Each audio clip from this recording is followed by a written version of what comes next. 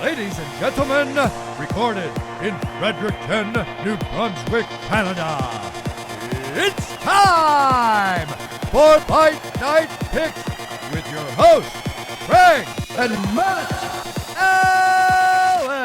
And just like that, we're back with Fight Night Picks, getting set for UFC Fight Night, Lewis versus Spivak. As always, one half of your hosting duo, Craig Allen, Twitter and Instagram at Craig Allen FNP. I wanted to model my look after Li Jingliang at the fight. Looking good. I went Canadian tuxedo with the Fight Night Picks shirt underneath. With me, as always, Matt Allen, respective socials, Matt Allen FNP.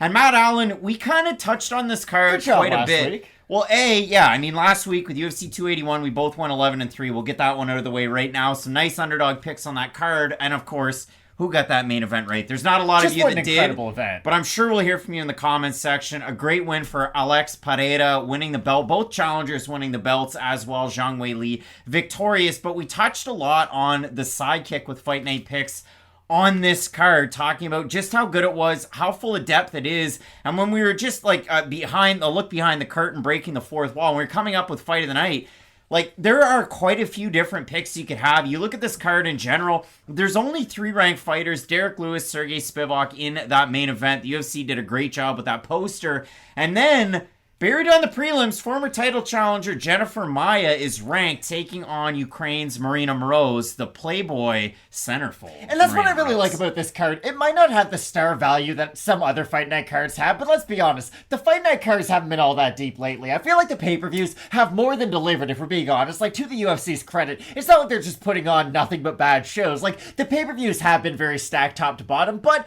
the Fight Night cards have been a little light. But what I like about this one is the matchmaking's great. There's a lot of fights you can get really excited about just because they are so close. You can make such a compelling argument either way. Yeah, and if you do look at it, I mean, Fight Matrix is kind of the one that we gauge the bar on. In the last 2 big pay-per-view cards over there, they scored them both 4.5 out of 5 stars, and that takes a lot from those folks with their grading system. This card, they have it at a 2.5 star. Bellator that you have coming up on the weekend, it's the rematch between Beast and 25-8 and Vadim Nemkov. That's a 2 out of 5.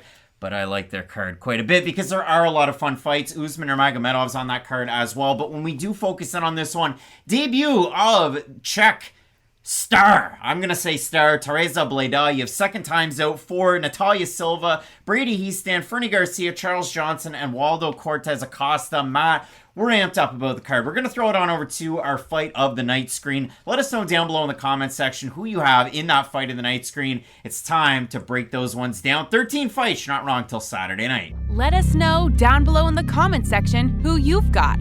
It's time for the Fight of the Night with Fight Night Picks. Alright, so first pick for a possible Fight of the Night, Andrea Fialho taking on Muslim Salikhov. And when you look at it for Salikhov coming into the UFC, a lot was expected. He had 4 spinning knockout wins in a row, and the last one was Melvin Gillard. Melvin Gillard, who was also Israel Adesanya's kind of springboard into the UFC. He But didn't regardless, take easy fights, Craig. Salikhov lost his UFC debut, and from there you kind of wondered what was going to happen. He then finished Ricky Rainey, finished Nordin Taleb, and off to the races. But he's such a specialist in striking who's incorporated grappling into his game, that's what makes this fight very, very important and interesting when you're taking on a guy like Andrea Fialho, who's kind of been shot out of a cannon to start his UFC career. Oh yeah, Fialho, no matter who he fights in the UFC, you think there's a good chance he's going to be nominated for a Fight of the Night. His aggressive type of strike-first style is going to be fun. He could fight, I don't know, a box full of pool noodles. It would probably be a phenomenal fight. His fighting style has always been catered that way, and even his last loss against Jake Matthews, I genuinely think people forget how good Jake Matthews is as a mixed martial artist. I know he doesn't fight all that often, and he never maybe reached the hype that he was once supposed to, but still, you can't just lose to Jake Matthews and have people forget about you. I think for Fialho, he can go out there and have a lot of interesting matchups with a lot of those other action-type fighters in this weight class. This fight against Salikhov will be interesting, though, because what version of him will we get? Is he still going to be that all-gas, no-breaks type of fighter? Because Salikhov is a better fighter when you come towards him, but if you're a little bit patient, we have seen Salikhov will kind of come out of his shell a little bit, and I could see Fialho having a lot of success if he waits for Salikhov to kind of make that first move. This is one of those fights that if you and I could just match make for the UFC for a day, we throw that one together. This one, we probably wouldn't have thrown it together, but I still do think it's going to be a good fight. Way back in 2018 when Fight Night Picks started, and it was a little podcast show, and we were doing a little bit on YouTube, and it was me, I said Danny Roberts is going to have a fight of the night with David Zawada, and I felt like I was just an alien on some strange planet, but sure as shit, that ended up as a fight of the night. And David Zawada is no longer in the UFC, but for Danny Roberts, 7-5 with the company, taking on the younger man in Jack Della Maddalena, a guy who's had 2 quick first-round knockouts in his 2 lone UFC fights. But if you go back and you watch Jack Della really perform on the regional scene with Eternal, where he was a champ, or his fight against Ange Lusa over on Dana White's Contender Series, you know he can put on a fight of the night and not just be a one-hitter quitter, one-round type of guy. So I think these guys are going to give one to take one, slug it out, and I think it's going to be a really good fight. And the great thing about Danny Roberts is he's a great test for any prospect really trying to make a name for themselves. And he's not one of those fighters that, let's be honest, there's guys out there that when they do fight those upper echelon prospects, you kind of just assume they're going to lose. Danny Roberts isn't that whatsoever. He is a great sort of speed bump for these fighters because, okay, if you beat Danny Roberts, similar to Chris Gutierrez beating Frank Yeager last weekend, you beat a guy like that, great things are going to happen to you. I know Danny Roberts isn't on the level of a guy like Frank Yeager, but you get it. When you beat a guy like Danny Roberts, then you start fighting only very difficult fights from that point on, and I think Jack Della Maddalena is ready for that point in his career, so I'm really excited for this fight. I do think Danny Roberts is going to be a tough test for Maddalena. Danny Roberts, I mean, he's a guy that has 2 fight of the nights actually on his ledger, one against Dominique Steele way back when, and of course that aforementioned fight against David Zawada. Let us know down below in the comments section who you have as a fight of the night contender. If you say Miles Johns, Vince Morales, I'll give you a heart on that post. So some big time fights coming up in this card for sure. So a little bit of housekeeping before we move right into this. 13 total fights on the card. Again, only 3 ranked fighters, but it's not necessarily based off of that. You have those newcomers, those second times out. Tereza Bleda, very good prospect, but oh, by the way, her opponent, Natalia Silva, blew the socks off of everybody that watched that fight. Nobody thought Natalia Silva was ever going to look like that after over 2 years away, after a broken ulna. We have so much to talk about with all of these fights. Lewis taking on Spivak. The promotion's going to spell it Sergey, H-E-I, Spivak with a C, but Sergey spells it S-E-R-G-E-Y, S-P-I-V-A-K. V-A-K over on his Instagram. So we're going to spell it the way that Sergey spells it himself. We'll let the UFC do their own thing. They run the promotion. But Matt, I know, again, you're really excited about this one. The co-main event, a little bit of a head-scratcher. Iwan Kutsalaba taking on Kennedy and Nzechukwu. But again, a very, very well laid out card. What I really enjoy about this main event is it does reflect the first 2 cards on last weekend's pay-per-view. It was, hey, you have the more proven guy in Derrick Lewis, who again, I kind of made this joke during our fight companion. Derrick Lewis has fought everyone in the top 15. He's beaten the majority of them. He's lost to some of them. But at this point, we know what we know about Derrick Lewis. We love him for the reasons we love him, and we know what his weaknesses are going to be. But for Spivak, he has had some losses earlier on in his career, but he's been able to regather himself and become a very dangerous fighter in this division. And again, Derrick Lewis is one of those guys, so if you beat him, the challenges just keep on getting more and more difficult. And for Lewis, this might be his last chance to be one of those kind of, oh, we need a main event slot filled, let's get Derrick Lewis on the phone. For Lewis, he's had these opportunities quite a bit, and he has come up short as of late, so you wonder how many more chances he's going to get in a 5-round atmosphere. So I think Lewis is going to be more than motivated to go out there and try to get the win over the much younger Spivak. And he fights pretty damn well at the UFC's Apex. We'll talk about that in that main event preview and prediction. Thanks so much for tuning in with Fight Night Picks. You guys made UFC 281 Fight Week very, very great. And listen, we've got question mark kicks 2 hours before the prelims. That's an early show coming up this Saturday. Make sure you tune in for that. Keep it locked in with Fight Night Picks, as we always say. Let's get into it. I've always wanted to start one of our videos off this way, and I feel like we should get Mike Goldberg on the channel at some point. But coming up next, we have Natalia Silva representing Brazil. She's taking on the UFC debutante. It is Tereza Bleda out of Czechia, the Czech Republic's own. Bleda is a big-time up-and-comer that you really need to know about. And if you're talking about really hot prospects in this division, she is definitely a fighter that you have to pay attention to. Already at 20 years of age, undefeated as a pro, undefeated as an amateur, some really nice amateur wins on her record. The former Octagon flyweight champ, time at bantamweight, time at flyweight on her ledger. But if we do consider this, she came in on Dana White's Contender Series this past summer. She took on Maia, and Craig and Matt Allen happened to have a show previewing Dana White's Contender Series. So what we're going to do for you folks, we're going to throw it on back to our preview for Tereza Bleda going on Contender Series. We're going to update you with the fight that she had, and then really hammer home a couple of points about these two women who now, both of them, have really, really bright prospects and futures in this division. So we'll throw it on back to that preview, and then we'll really get back to those details. Well, we will kick it off, Matt, with the first fight that is on this card, and we have Tereza Bleda taking on, and this is going to be a fun one, Nayara Maia, but if you go out and you do the tape study and you try and watch her fights, it's not Nayara Maia, it's Nayara Arnaud. So that's who you're going to be looking for if you're trying to watch tape on her. But if we focus on Bleda, just to start, I mean, Matt, for the Czech native, she's been all the hotness for as long as she's been in MMA. Definitely. Undefeated as an amateur. She went 6-0 over there, 5-0 already as a pro. And for Bleda, Matt, we talked about her a couple of weeks ago with Lucia Pudzilova coming back into the UFC because Pudzilova was in an Octagon tournament in 2020. And she lost to a 19-year-old Bleda. Isn't that wild? It is. And the craziest part about it is, and I know a lot of people focused on it, well, nobody knew what the rules of the tournament were. Octagon threw it on just to kind of get some people some combat experience, get them moving at the height of the pandemic, which is all fair. But Bleda had a lot of success in that one fight. I was overly critical of it in the Pudzilova prediction for Wu Yannan.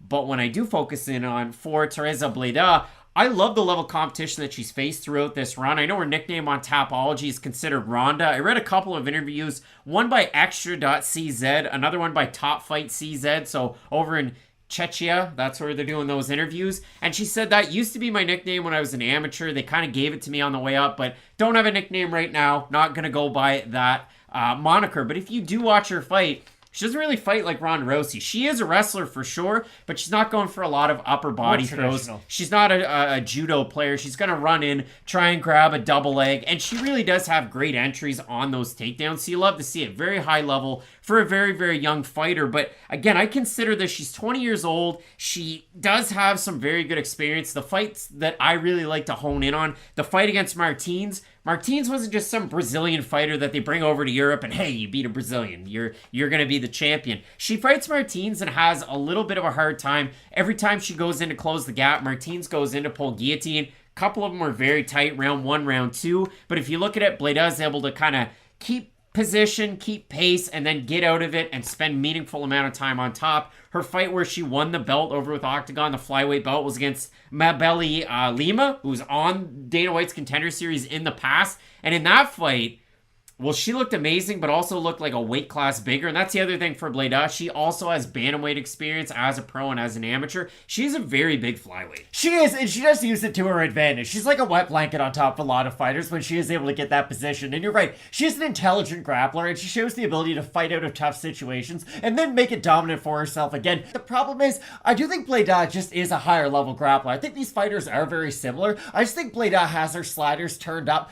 Maybe not even 10% more, maybe even 20% more. I do like her style of grappling towards MMA a lot more, because here's the thing. With Maia, she can finish with submissions, don't get me wrong, but I worry about her losing a lot of the minutes and a lot of the moments in between those bigger actions. And with Bleda, at least I do like her top control a little bit more, so we're okay. Let's say it doesn't end in a finish. Neither fighter's able to get a submission. The judges are probably going to reward Bleda for a lot of her top control and her grappling, other than Maia. All right, so you look at it for Bleda. She came in on week number 7, Dana White's Contender Series this past summer, taking on Nayara Maia, a fighter who had, listen, great experience to her credit. She's a Novo Niao fighter. She really is somebody that's going to try and grapple with you. You looked at some of her previous wins. She really was a submission threat.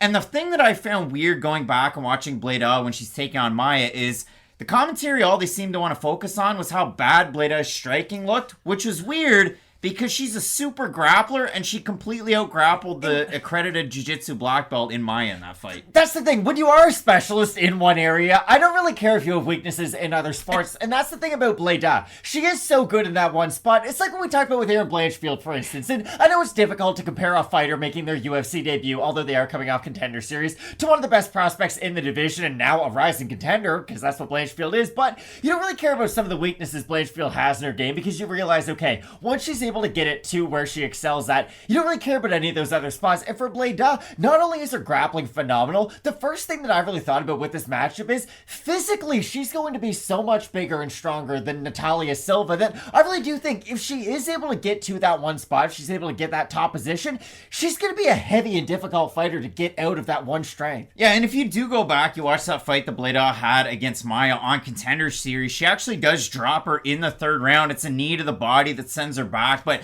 really had good opportunities in the grappling exchanges in that fight. Ends up winning, all three judges scoring at 30-26. And I think that the commentary was a little bit more critical based on the fact that she was a -600 favorite. They wanted to see a little bit more out of her, but to me, proved enough. And so you've heard quite a bit about Tereza Bleda. Let's focus on Natalia Silva. When Silva made her UFC debut against Canadian Jasmine Jasudavicius, I didn't think much of Natalia Silva. And the craziest part about it is she was a +200 in that matchup against Jasudavicius. Impressive. She looked like a -200 in that fight. Like, she really did. I mean, 2 of the judges scored at 30-27, 1 scored at 30-26, and she trains out of the same gym as Paulo Costa, and it's his brother that, if I'm not mistaken, is the head coach at a Team Bohacha. For Silva, holy smokes, like, I knew she had a Taekwondo background, and I knew that she was really accredited there. She had broken her ulna. She was originally due to take on Victoria Leonardo a year prior, so she was out for a little over 2 years from being the Jungle Fights flyweight champ to then fighting Jasudavicius, but her striking looked nothing like the fighter that we saw against Jasudavicius. And she's a very complete striker at this point. Like, I really like the volume that she was able to display in that fight, because that really was her outlying skill and what really did separate her from Jasudavicius, who you don't really get a good opinion for how good Jasmine is if you just watch her fight against Silva because of how good Silva will look. And you're 100% right. Going from a +200 to just dominating a fight is not something we see all that often, but I really do think that with what Silva was able to show and the improvements that she has to be able to make throughout her career, because that's the thing, Silva had a bad record at one point in her MMA career, but the streak that she has been able to go on as of late has been impressive, and it's been able to show that, I'll say the same thing about Bleda, but it's something we say a lot about younger fighters. When fighters are 20 to 25,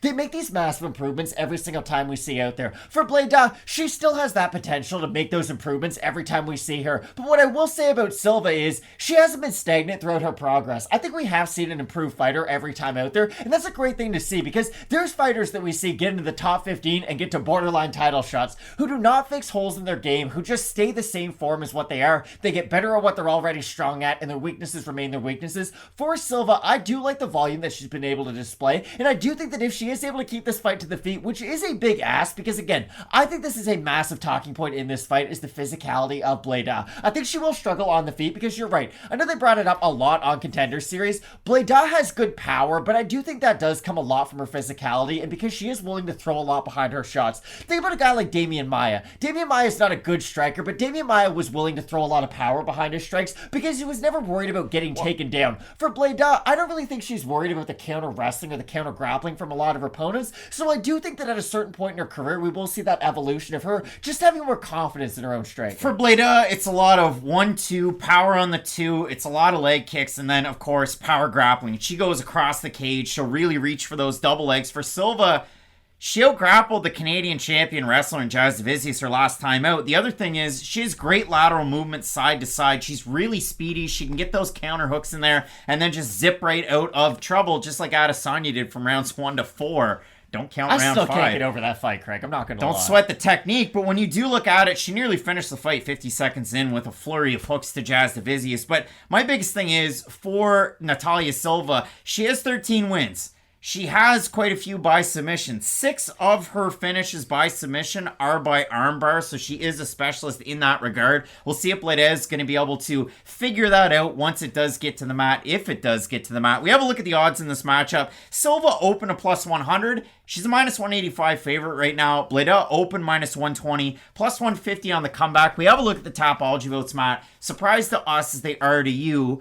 So Silva open an underdog. She's a favorite right now. I'm going to say fans probably going with Silva, but ever so slightly. I'm going to say over under 60% Silva. I'll say under. I'm going to say under, and it's over. So 484 votes, small sample size, start of the week. 64% with Silva, 81% by decision. For the 36% that have Bleda, 86% by decision. Natalia Silva, again, went from a +200 underdog, being a crafty striker on the outside, but with very low volume, needing to utilize takedowns, get submissions. To look like a world championship striker overnight against somebody who had a UFC win in Natividad, win over Kay Hansen. Regardless of that, Silva did look so much improved in that 2.5 years that she had been away from 2019 to 2022. For me, I really like the physicality and the takedowns out of the younger Bleda in the matchup. So I'm going with the underdog in Bleda here. But again, Silva, I threw it out there in the tweet after the fight was done. Not only did I look like a goopball and not taking Silva, but who would have known that she was going to look that good? But B, I said she looked like a future contender. I think both of these women are going to be ranked at some point in this division. It's just for me, again, those takedowns, hot and heavy from Bleda, and I do think she's going to be able to get the win. I think this fight is it's very black and white if you really want to look at it in a non-objective way. Like, Bleda's going to win 99% of the grappling exchanges, and I think Silva's going to win 90% of the striking exchanges. The difference is, I think Bleda's pressure, along with her clinch, is going to be able to at least get her close enough to not absorb a lot of those shots from Silva at range. I think that's going to be key for Bleda. If she can keep those volume numbers low for Silva and be dominant enough with her grappling, I think that will erase the striking efficiency of Silva out of the mind of the judges, and I do like Bleda's effectiveness with her grappling on the mat. I don't think she's going to sit in full guard, lay and pray. She does do effective grappling. She has good ground and pound, will threaten with submissions, and I do like her for those aspects. And what the thing about Silva is, I almost worry that she's almost too good at grappling for her own good in this matchup for this reason. I worry that she's going to play off her back a little bit and go for submissions, and that might waste a lot of time, because I don't know if either lady's going to be able to get a stoppage in this fight, so it's probably going to go to a decision. 96-31 significant strikes in favor of Silva in her matchup with Natividad, but in this one, both of us going with Czechia's own Tereza Bleda to get the win. Let us know down below in the comment section who you have. Main event of this card, Derrick Lewis taking on Sergey Spivak. You're not going to want to miss it. Keep it locked in with Fight Night Picks, we always say. Let's get into it.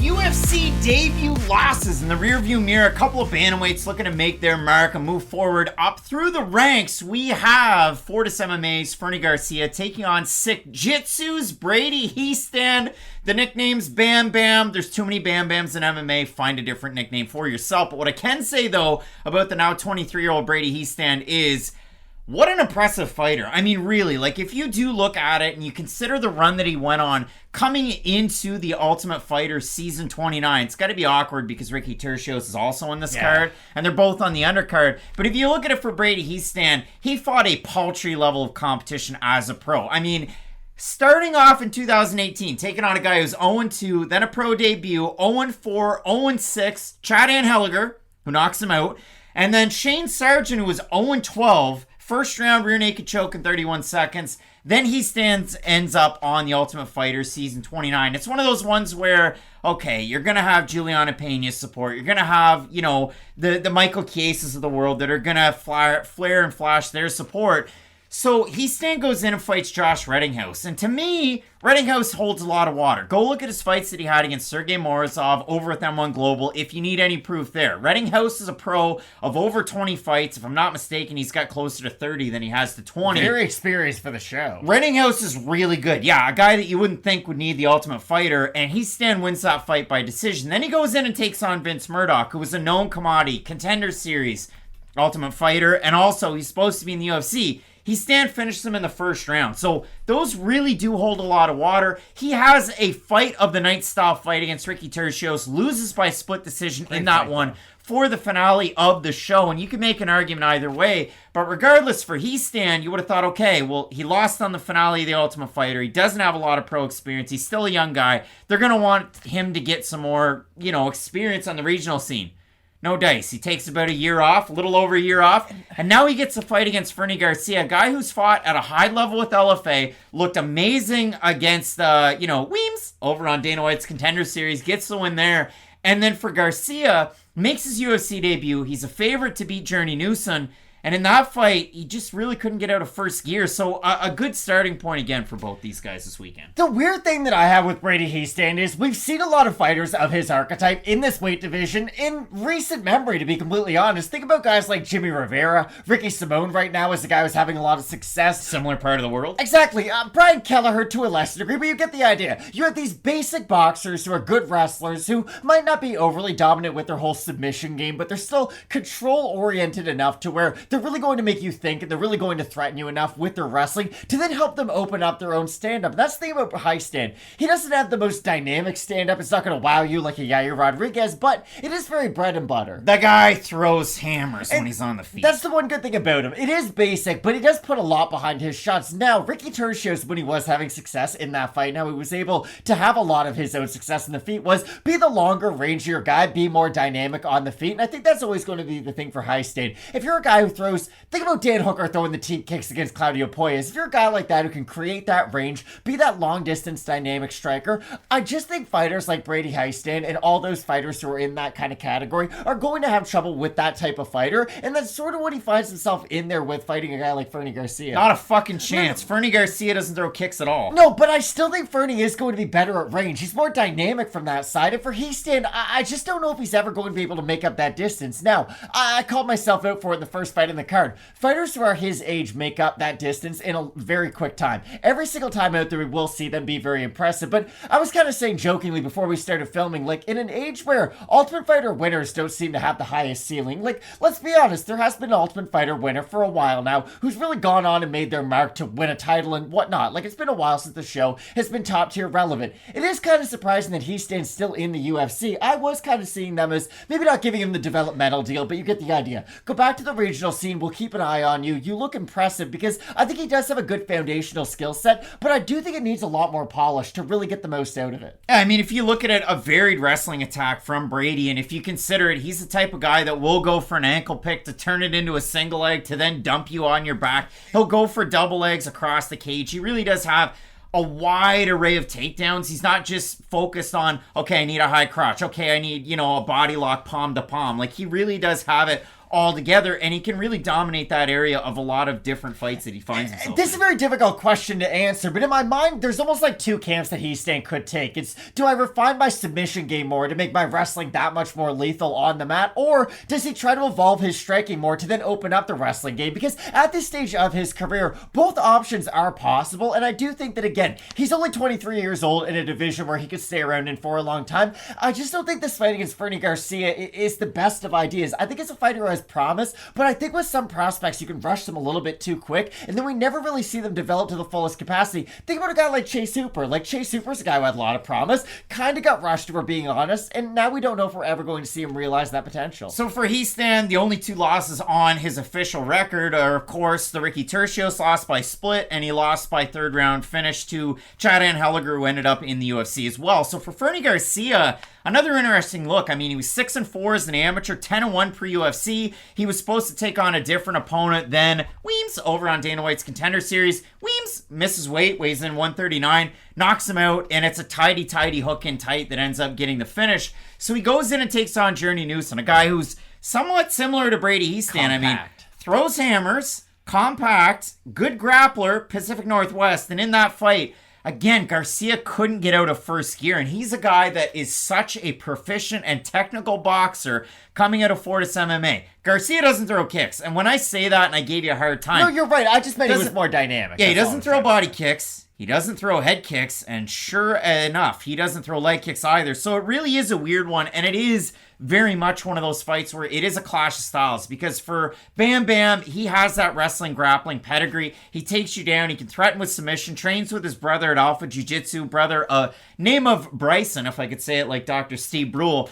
But when I look at Fernie Garcia, I had to make a comp. People have been really rallying around this. When I watch his fights, kind of reminds me of the last track of 1985's Rush's Power Windows. And if you know this album and you know me, I absolutely love it. It's a great one. It's a lesser known Rush album. It's not, 2112, but the song is Mystic Rhythms, and it goes a little bit like this.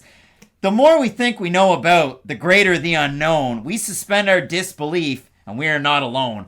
I don't know what to think of this guy. I thought Fernie Garcia had a clear path to move right up through the bantamweight division. I thought, okay, you take on Journey Newson. If you're able to crash distance and get rid of his head kicks, you're going to be able to get the win. Garcia is a much more proficient boxer than a guy like Newson.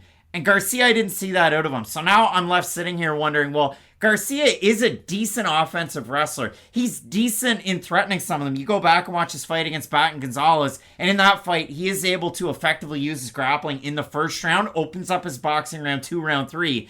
I don't see him going for any takedowns in this fight against Hiestand. Likewise, for Brady, I figure, well, you're going to go out there, put the wrestling shoes on from minute 1 to minute 15. And if you get a finish in the middle, you're probably happy with it. So, again, clash of styles, great boxer against a fighter who's really adept on the ground. We look at the odds here. Brady Hiestand, open -135, -153. Rather, that's for Fernie Garcia, brother. And if you look at it for Hiestand, open +105, he is a +125 underdog. So the line is going more towards Garcia out of Fortis. Save Saud, chief among the corner over there. You know he's going to be yelling and screaming his fighter to victory, hopefully. We have a look at the Tapology votes, Matt. Surprise to us as they are to you. With Garcia gaining, Hiestand coming off a loss, I'm going to say Garcia over under 65%. I'll say over. I'm going to say over.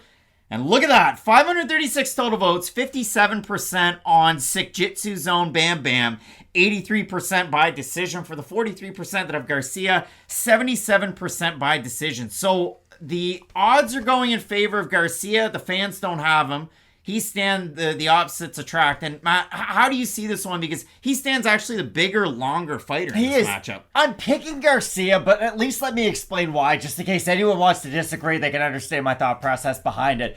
This is the fight that will then convince me Hiestand has at least a decent ceiling, because I have to be honest, I don't even know how good Ricky Turcios is going to be. Like, I was excited about him coming off of the Ultimate Fighter, if I'm being honest. Like, he said all the right things, he has a fun fighting style, those are the things you get excited for. But as a fighter with a genuine ceiling in the division, I'm not really sure what it is. And for Hiestand, you brought it up. It can't be overstated. His wins are over guys who he was fully expected to win on his way up. And the fact that he had a close loss to Ricky Turcios still doesn't really tell us all that much. So for me, I think this fight against Fernie Garcia, if he's able to go out there and really use his wrestling, which I do expect him to do, I agree with you 100% on your breakdown. I think Hiestand, if he is going to have success, he's going to have to use his wrestling for wrestling's sake, but also use it to then open up some of his own striking. Because if he goes in there and tries to work his own jab and just wing power shots, that's when he is then going to eat some of those bigger shots on the counter. So I think for Hiestand, he could become the fighter that some people think he's going to be, but I will willingly get this prediction wrong to hopefully be right about him. Yeah, for Bam Bam Hiestand, like if you look at it, Reddinghouse 17-5 as a pro, one of Matt's favorite promotions here recently, ex-MMA. I love that card. And if you look at it, he beat Vince Murdoch, who at the time was 12-4, having just lost to Luis Saldana on Contender Series. So for him, 0-24 was the combined opponent record before the Ultimate Fighter, but I learned a lot out of Hiestand on the show. So for me, I'm going with Bam Bam to get the win in the matchup. Matt going with Fernie Garcia. Definitely let us know who you have in this one, because the votes are in one spot, the odds are in the other, our picks are split. We really want to hear from you in the comments section. Some big fights on this card. Lewis taking on Spivak in the main event. You're not going to want to miss it. Keep it locked in with Fight Night Picks. We always say, let's get into it. Unranked strawweights looking to move their way up through the ranks. We have Brazil's Spider Girl, Maria Oliveira, who did look a little bit, in a vacuum like Anderson Silva last time out in her matchup with Gloria DePaula. In this matchup, she is going to have 3 inches of height and 9.5 inches of reach at strawweight against Little Monster Vanessa Demopoulos, the former LFA champ. And for Demopoulos, it felt like, okay, next month, she's going to be in the UFC. It's going to happen, right? Like, she won the belt over there. She was unsuccessful here and there. She had to fight on Contender Series. She ends up in the UFC. She fights JJ Aldrich up a weight class and doesn't get the win. But listen, JJ Aldrich is a tough out for a lot of women in that division. So Demopoulos moves down to 115, which is her division after all. She fights Silvana Gomez-Juarez. And yeah, that fight that Gomez-Juarez just had against Kovalkiewicz left a lot of question marks. But for Demopoulos, she gets dropped early and then submits Gomez-Juarez. Her last fight out, she takes on Jinyu Fry. She wins that fight. And listen, she was an underdog in the matchup. And you look at it overall, it was an odd fight for her. But regardless, for Demopoulos, a strong strength of schedule. Overall, pro combined opponent record, 33-12-1. So a pretty tidy record right there. Demopoulos really has fought a good level of competition. For Oliveira, the same thing can be said. I mean, she wins against Gloria DePaula her last time out. She was a pretty big, underdog in that fight, a plus 215. And getting that win right there, I know she wins in a really, really close call. She won the first round. She won the third round. 7 of 6 that actually threw out their overall scores and MMA decision. Scored it for DePaula. But Maria Oliveira can say this at this point. I sent somebody outside of the UFC because Gloria DePaula coming up this week's actually fighting in a 4-woman tournament with Invicta at Invicta FC 50. So DePaula there, Valeska Machado also in that tournament. Somebody that Maria Oliveira also beat on the regional scene. So for Oliveira, some wins outside of the UFC that you know, some losses like the loss on Dana White's Contender Series that set up Marina Rodriguez very well. A tricky one because, you know, you match those two up again right now. I don't think Oliveira is going to win that fight. And then the other fight that Oliveira has is a loss on a record that you really look at is Takana Asakura over with Ryzen. But Asakura is one of their stars, so kind of being brought in to lose, you kind of feel like in that fight. And she really struggled on the ground in that one too. And I feel like this is one of those fights where the winner, no matter what, gets a major step up in competition. Because with the strawweight division, it is weird. You always think the women's bantamweight division has been around for the longest. You know, Strikeforce just kind of became the women's bantamweight division. Ronda Rousey, the champ, all that jazz. But the strawweight division is probably the deepest at this point, and is probably the most competitive. I think flyweight is now. Oh, flyweight? Yeah, flyweight's I think hot. Strawweight has so many good fighters. You got people like Lemos, Rodriguez. Like, there's some really talented fighters down here. All I'm saying is, strawweight does have a very deep top 15 of a lot of talented fighters. And then there seems to be the other fighters who are outside of the rankings. So we're all just trying to fight and scrap for that spot to kind of become that 15th fighter. Because it's something we joke about. Every rankings has that like 15th and 14th fighter who, on any given week, depending on who just won the freshest matchup, they're going to then get that spot. The strawweight division really does feel like there's a big separation between some of the more proven fighters and some of the unproven fighters. And for Demopoulos, like you said, she always has been a fairly well-known unranked strawweight in this division. And if you're on then a 3-fight win streak with a good win over Silva, her last time out, Gomez Juarez, who just lost to someone who just fought for the title, like relevant fighters, I really do think Demopoulos is then going to get a bit of a step up because at 34 years of age, I think at some point she is going to have to kind of get it going with ranked fighters. But the thing about Demopoulos that I've always liked is her level of aggression. That's never something that's tapered off, no matter what point of her career she's at. It's something that she does with her striking and with her grappling. She is kind of a scramble-based fighter, which sometimes gets her into some poor positions, but when you risk it, you can get that big reward too, and that's the thing about Demopoulos. She will give up poor positions in pursuit of better positions, but she just never stops moving once the fight hits the mat, and that's the really thing that does set her apart. And if you do look at this one, for Oliveira, coming into the UFC, she takes on Tabitha Ricci, plus 220 underdog in the fight, loses on all 3 judges' scorecards, 30-27. She gave up the takedown. She ended up down below and just really couldn't get back up in some of those positions. But if you do look at it for Demopoulos in the same breath, she has trained a lot with Tabitha Ricci in the past in Southern California, as well as that Fight Ready. But the thing about Demopoulos is her takedowns aren't at the same level as Ricci, and that really is the struggle. She is so adept at grappling, but she does have a hard time taking the fight down to the mat. And in the same breath as well, when you look at Demopoulos' striking, it's a lot of jab, overhand right, jab, overhand right. And it's not like a full extension overhand like a Chuck Liddell. It's a tight compact like a pitcher throwing a baseball in tight. So it really is an awkward shot, and I'm not sure if she's going to be able to land that against somebody like Oliveira, who is so fleet of foot and has that reach advantage. And 9.5-inch reach advantage, if you don't use it, like, wow, what are we doing? And that's why I do think this fight really does come down to how often can Demopoulos get the takedown and when can she get the takedown in the round? Because I think she will struggle at range. I think it's quite obvious, like you had said. When you're at a 9-inch reach disadvantage in a fight, like that's pretty uncommon, especially for this weight class. And if Oliveira is able to keep her on the outset of her distance, Demopoulos doesn't really have a lot of great combinations to then work her way in. Like you had said, it's a lot of single shots. It's a lot of winging those power shots. It's just kind of hoping that she can then collapse into range based off those power shots. And against someone like Oliveira, who should be able to use her movement on the outside, I could see a world where Oliveira could win a pretty obvious kind of 30-27, just fighting that Caitlin Chookagian game plan, if you will. Somebody who beat Vanessa Demopoulos as an amateur, Caitlin Chookagian. But I can also see a world where Demopoulos is able to go in there, wing that overhand right effectively enough to disguise her takedown attempts with some of her strikes, and to just go out there and put a pace on Maria Oliveira that she's not really used to. Well, we'll see how it plays out. The odds in this one, Demopoulos open to plus 130, minus 101 right now. Oliveira open to minus 150. Oliveira now a minus 122 favorite. So the odds closing in on par. We have a look at the Topology votes, Matt. Surprise to us as they are to you. I'm going to say one of these fighters is a fan favorite in North America. So I'm going to say over under 70% Demopoulos. I think it'll be under. I think it's going to be under. Look at that. 546 total votes, 71% Demopoulos, 77% by decision. For the 29% that have Oliveira, 88% by decision. I once said on this channel, I didn't think Maria Oliveira would ever win a UFC fight. And we're here right now, and she beat Gloria DePaula. Now, it was controversial, but regardless, in that fight, she had a lot of success at range against somebody who's a Muay Thai artist in Gloria DePaula. So a big win there for Oliveira. Again, she was a pretty big underdog there. And if you do look at it, comparing the opponents' records in the wins of Maria Oliveira to those of Demopoulos, I already mentioned it for Demopoulos. Out of the wins, 33-12-1.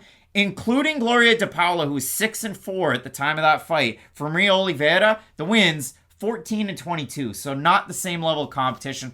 I don't necessarily like the takedown entries of Demopoulos, but I think having that experience of training with somebody like Tabitha Ricci for such a long time, fighting out a fight ready, going to get you ready for a matchup like this. PRVT, so Oliveira is going to have Jessica Andrade to get ready for a fight like this. So you see those comparisons. But the strength of schedule, the 1-2, the entries, I'm going to take Demopoulos. But again, if somebody from the outside, round the outside. If Oliveira gets the win, 9.5-inch reach advantage, I wouldn't necessarily be surprised. So I have Demopoulos here. I've got Oliveira, but this is one of those fights where I don't think the winner's going to make their way to the top 15 anytime soon, if I'm being completely honest. Now, both fighters could show us something new in this fight that could make me completely reassess my opinion of them, but I do think Demopoulos and Oliveira do have a lot of progress to make in their games if they do want to actually start fighting some of those top-level fighters, because even think about a fighter like the Karate Hottie, who right now we're looking at Tapology, isn't even in their top 15. Like, she's a pretty complete mixed martial artist. I know she's at the end of her career when you think about it, but she's someone who can strike with volume, she can grapple, she does have all of the areas you look for in just a mixed martial artist, and I don't necessarily think either one of these ladies had that sort of well-roundedness to their game. I know I'm comparing them with someone who is a longtime vet of the division, but still. Ranked 11th in the UFC is Waterson Gomez. So, well, I didn't realize she was that high still, but I do like Oliveira for her physical attributes in this fight. I do think she'll be able to keep it on the outside, but again,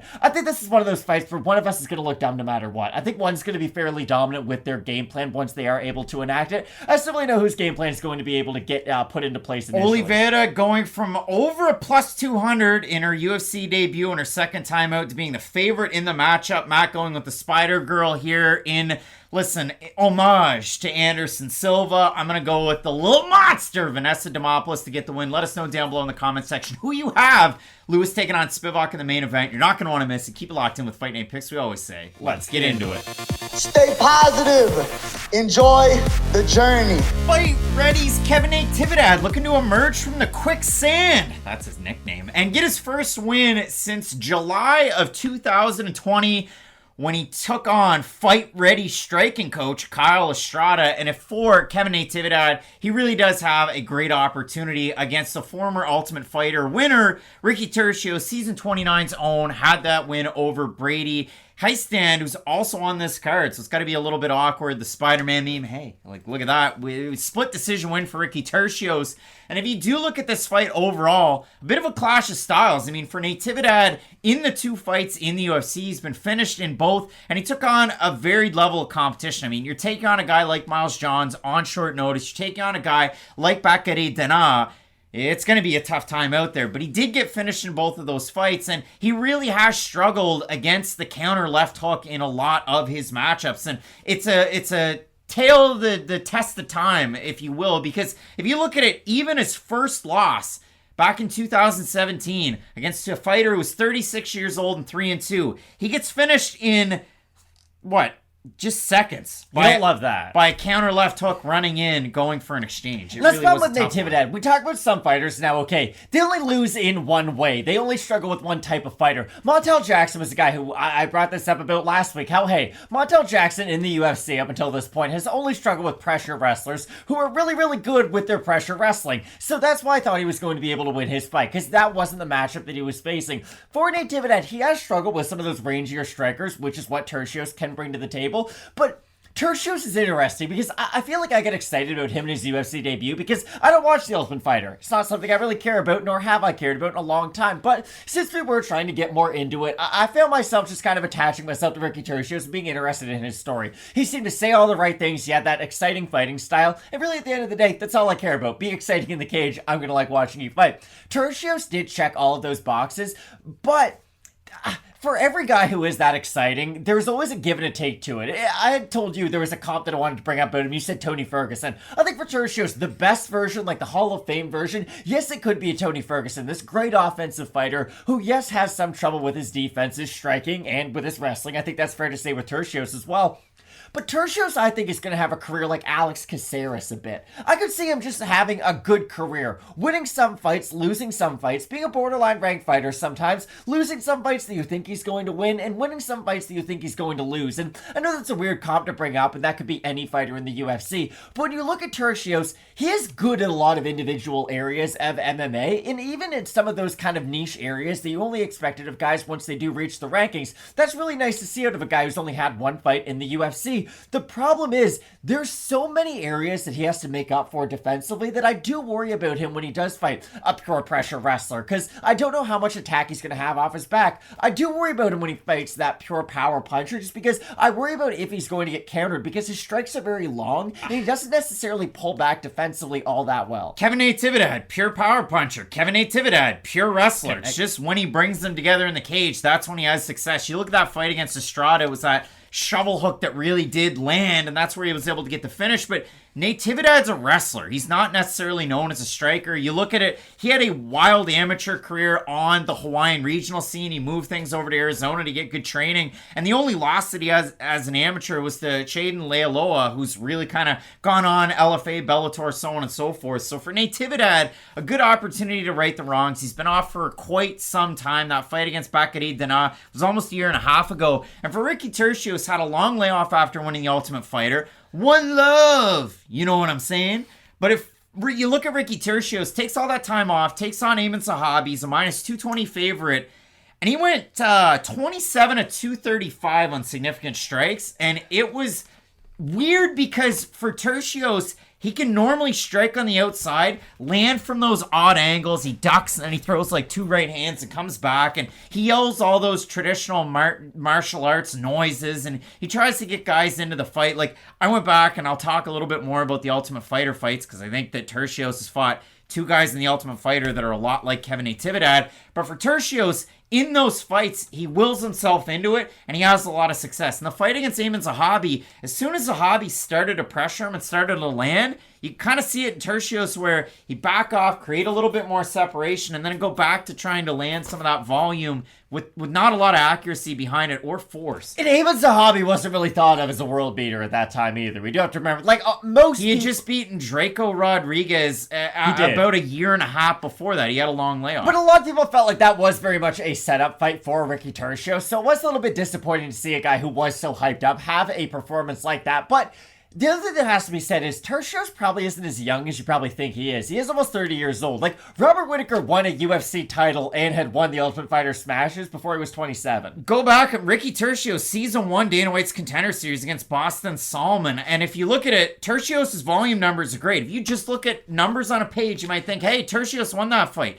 He got his chin checked by Salmon the entire fight, and Salmon ends up winning the decision. I just think for Turcios, it's one of those cases of if you are going to put it all together and kind of become that top-tier version of that offensive dynamo that you potentially could become, we are going to have to see that sooner rather than later. Again, I brought this up 18,000 times against Raoni Barcelos. It was, hey, it's great that now you're starting to put it all together, but you're in your mid-30s. It would have been great if you started putting it all together when you were 27, 28, because then we would have seen you in your prime for a lot longer. For Turcios, you kind of forget. Again, he's almost 30, which again, at bantamweight, it's not like he's ancient by any means, but for a guy who is just getting started in the division, you would like for him to have a few more years at his disposal. Well, for me, my point here with Ricky Turcios on the Ultimate Fighter, taking on Dan Argueta, who we've seen in the UFC, he's the translator or the just the speaker in general for Cub Swanson.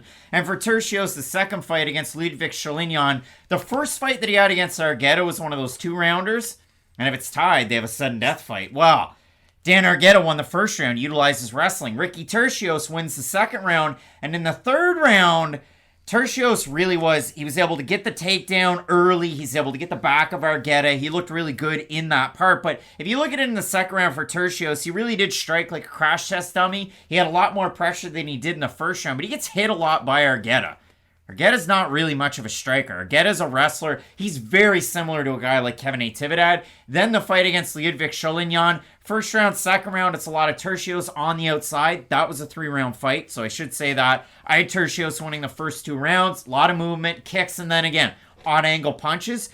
Sholinyan did get a couple of takedowns in the second round, but he didn't do much with them. Third round, last 20 seconds, go back and watch that. It's absolutely bonkers. It's a brawl. And they both have success there, but it was Turcios winning out. Then the fight against Brady Hiestand, where, again, split decision win. You think that Turcios won a couple of the rounds, and he did utilize... Look better on the feet. Yeah, he did look a lot better on the feet. He rocked Hiestand. He dropped him at one point in that fight as well. So for Turcios coming into this one, it is tricky. Last time out, Lewis is a minus 225 favorite. In this fight, he opened minus 185. He's at minus 153. For Natividad, open plus 160, plus 125. Trying to have a y'all must have forgot type of fight for Natividad. Looking for his first win in over 2 years. We have a look at the Tapology vote. Surprised to us there, to you. I'm going to say the fans are probably going to go with the Ultimate Fighter winner. I'm going to say over under 70% Turcios. I think they'll be over. And they are over by quite a bit. 561 total votes, 83% Turcios, 84% by decision. For the 17% that have Natividad, 71% by decision. Turcios doesn't have good takedown defense, and if Kevin Natividad puts the wrestling shoes on, he could really win this fight. Like, really win this fight. Remember when our boy, and I'm just going to call him Nikolai, fought Carlos Alberg, and we said the exact same thing? The way I look at this fight is... You don't have to shout. If Ricky Turcios puts it all together, he's going to look phenomenal in this fight, win like a 30-27, look really good with his volume, defend a lot of takedowns, and really at least regain people's confidence that they once had with him winning the Ultimate Fighter and where he could become as a fighter.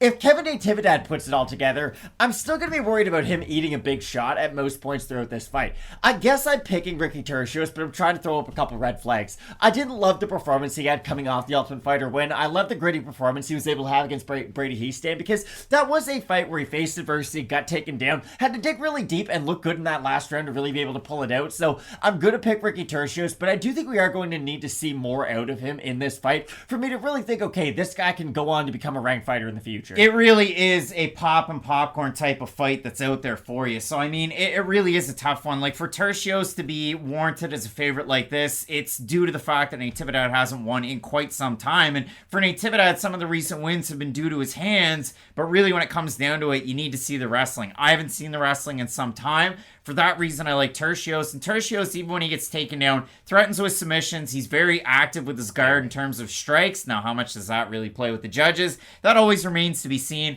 But for both of us, we're going to go with Ricky Turcios, Hadouken, to get the win. Let us know down below in the comments section who you have. Some big fights on this card, including Iwan Kutsilaba and Kennedy and Zechiku, and Derrick Lewis taking on Sergey Spivak in the main event. You're not going to want to miss it. Keep it locked in with Fight Night Picks, we always say. Let's get into it. On November 4th, it was announced that Jose Johnson, Matt's favorite fighter, was out of his fight against Vince Morales. So in on short notice, steps up Chapo, Miles Johns. You have a great fight between Fortis MMA and Syndicate, and Vince Morales. It's really hard to get a read on this guy. We got to say that straight up. You look at his overall UFC run. I mean, if you even consider Dana White's Contender Series and the UFC, you want to make that stretch, he's 3-5, and he reminds me of a lot of a guy that we talked about last weekend. Mike Trizano was taking on Sungwoo Choi. Sungwoo Choi had a couple of really good performances, and everybody thought, hey, we're off to the races. Vince Morales, just 3 fights ago, he gets a win over Draco Rodriguez. He looked great in that fight. He then takes on Luis Smolka, knocks him out, and he knocked him out like cold. He looked really good. And then he took on Jonathan Martinez, and he loses. Now, I don't think all hope is lost with Vince Morales, because he was a pretty big underdog against Martinez. Martinez, I think the only thing that might have surprised people was that he went for and executed on a couple of takedowns, though they didn't really do a whole lot. But for Vince Morales, this is a guy that really has based himself around having sound wrestling. He was a great wrestler in high school, wrestled a little bit in college before he had to drop out. Same thing can be said for Miles Johns. So for Morales, he's coming out of Oregon. For Miles Johns, Kansas State high school wrestling champ, wrestled, and he was team captain in college as well. I think it was injuries that forced him out. Both guys have similar bases for their skills with their wrestling. So I wouldn't say they cancel each other out, because I do myself think that one guy's a little bit better at wrestling than the other. But when it comes to the striking, Vince Morales is a much longer, rangier striker, whereas Miles Johns goes in and out on a straight line, doesn't really cut much for angles, and tries to throw everything in his right hand. But that's what makes this fight so much fun. Like, if these guys do end up putting on the wrestling shoes for 50 minutes, I'm going to be genuinely interested in who does get the better of those exchanges, because although I do think Johns is the more physically strong of these two, and I do think that is going to matter if they do start to get into those wrestling exchanges, especially early on into the fight, I'll be very curious to see who can keep that going, especially in the third round, because if neither guy is able to land with some of their power shots early on, let's say Morales isn't able to get his combinations going, because that's the one thing about Morales that I think he can have a lot of confidence in himself. I like his output more, but the thing is, does he have confidence in his own output? Because if Miles Johns can really make him pay when he does open up with his own hands, I think Miles Johns can go out there and put on a performance where he throws less significant strikes, but he still gets the decision. I know we don't often see that, but not every significant strike is created equal. And for Miles Johns, I do believe he is the more heavy-handed of these two fighters, but that's why I'm so excited for this fight. I don't think either guy has bulletproof defense by any means whatsoever. Like, if Miles Johns then goes on to fight some of the upper echelon bantamweights, Petr Yan's a bad example, but let's use Petr Yan as an example. Like, these guys might be able to hit him with a couple shots offensively, but you're definitely going to worry about the shots coming back their way as well. What I do like out of Morales, though, what I will be very interested to see is, if he does go for takedowns early and uses his clinch early, will he be able to use the clinch effectively? Because I think if he is able to judge that distance to, okay, Miles Johns is having success in boxing range, I'm just going to go for the clinch, try to wear on him a little bit, use my body to just try to get rid of some of the explosiveness from Johns, because I see this as a fight where Johns can have success early, but I do think every minute that ticks off the clock might start to favor Vince Morales. Well, and I don't think that's much of a hot take. You go back to Miles Johns' UFC debut against Cole Smith, Canadian, and in that fight, Johns looked good in the first round. The second round was a bit of a wash. Johns won. At the third round, Miles Johns did not look very good, and Cole Smith was, getting on his back. He was really winning out, and obviously Johns ends up winning. But the craziest part for Johns is I think a lot of people projected him to have a top 15 ceiling, and in all of his UFC fights, I'm going to just mention what the odds were in all of these fights. He fights Smith, he's a minus 145 favorite, wins that fight. Fights Mario Bautista, loses by finish, he's a minus 150 favorite in that fight. Fights Kevin Natividad, finishes him, minus 135, gets a bonus. He takes on Anderson Dos Santos, he's a minus 225 favorite, finishes him, gets a bonus. He takes on John Castaneda, minus 170 favorite. He loses in the third round of that fight. It's a knock him out, drag him out type of fight. So fight. For Johns, that fight that he had against Castaneda was 9-10 months ago. And if you look at it for Johns, he's taking this one on short notice. Morales is getting ready for the striker, and Jose Johnson, who's had as many amateur fights as I think anybody would feel comfortable in having, and just about as many as pro fights. But if you look at it for Morales in the UFC, yeah, I mean, it has been a little awkward. And you look at the losses, he loses to Domingo Pilarte on Contender Series, he gets finished. He loses to Benito Lopez, but he won that fight. He loses to Chris Gutierrez and Jonathan Martinez. Jonathan Martinez is pretty good. Yeah, his wins, Ayman Zahabi, it was a tight fight, but it was in Ottawa, which is close to Montreal, so that's a good one. He beat Straco Rodriguez, and then if you look at it, he has that win over Smolka. So the camp change is always fun because he's looked great since he's moved down to Syndicate. He's looked amazing with John Wooden crew since he's moved from the Pacific Northwest. But again, when you do look at this one, Vince Morales can mix it up with the grappling, threat of the takedown, opens up his striking. He's got better volume than Miles Johns.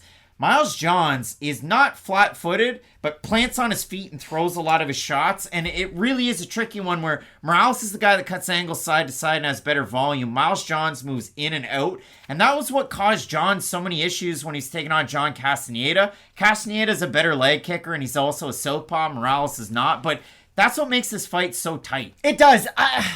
I like the power of Miles Johns, though, and I definitely like it early, and this is why. Vince Morales is going to play the game of Miles Johns, and that's why I like this fight so much and why I'm so excited for this fight. Both guys could win any single way that you can imagine, like submission round 1 through 3, knockout round 1 through 3, decision either way, just because they are so talented and their skill sets do complement each other so well. I will be very curious to see who goes for the first takedown, though, and who has more confidence in their own wrestling, because I can honestly say that I can see a world where either guy does have success with their own offensive wrestling, especially if Johns does get tired as the fight goes on. It could be a fight where Johns gets a takedown round 1, gets some takedowns denied in round 2, and by the time round 3 rolls around, Morales is the one one who's really pressing forward and having success with his own.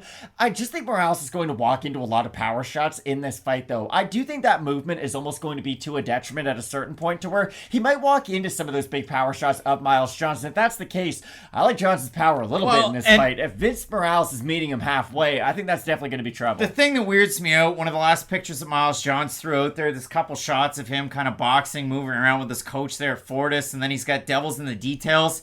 Is it cryptic because he has knee pads on? Is that because he's going to wrestle a little bit? I don't know if it is, but that's just something to keep in mind. You have a look at the odds in this one. John's open a -160, -140. Vince Morales open a +140s, +115. We have a look at the Tapology votes. They're a surprise to us. They are to you. One guy's a fan favorite and one guy's not. So I'm going to say over under 72.5% Miles Johns. I think they'll be under. I think they'll be close to 50. Nope. Way over. 361 total votes. 84% Johns, 76% by decision for the 16% that have Morales, 59% by decision. In Miles Johns' last fight, where he was a -170 favorite against Castaneda, 89% of 3,436 voters had Johns to beat Castaneda, and Johns lost that fight. So very similar circumstances in terms of where the odds open, where the fan vote is.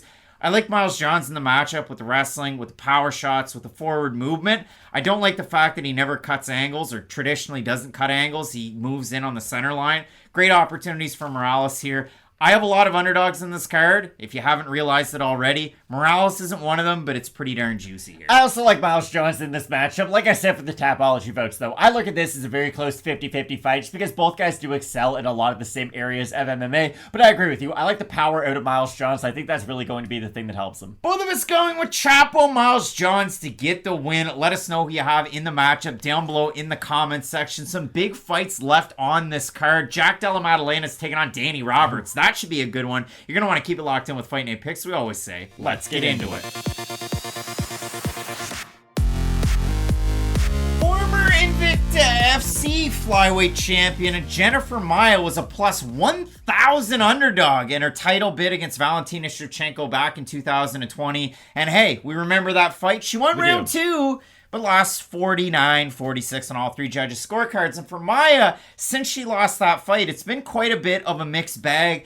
Beating Jessica Ai, another former title challenger, losing to Caitlin Chukagian, a former title challenger, and then her last time out losing to Manon Fialho, who will soon be a title challenger, we all assume. And for Maia, she's one of 3 ranked fighters on this entire card, but the lone competing on the prelim portion. If you couldn't have guessed it already, you have Derrick Lewis and Sergey Spivak in the main event as the other two. So for Maia, she goes from title to former title challenger, future title challenger, to completely out of the rankings and taking on Ukraine's Maryna Moroz. And for the Iron Lady, she's a team, what is she, a coach on the women's Olympic boxing team in Ukraine. Boxing really is her bread and butter. She's a master of sport in the discipline. And for Maryna Moroz, she doesn't necessarily fight like a boxer in every single one of her fights, and you can go back to her fight against Joanne Wood when she was at strawweight. You could go to Jennifer Maia's fight against Joanne Wood as a flyweight. Both these women have first-round armbar finishes over Wood,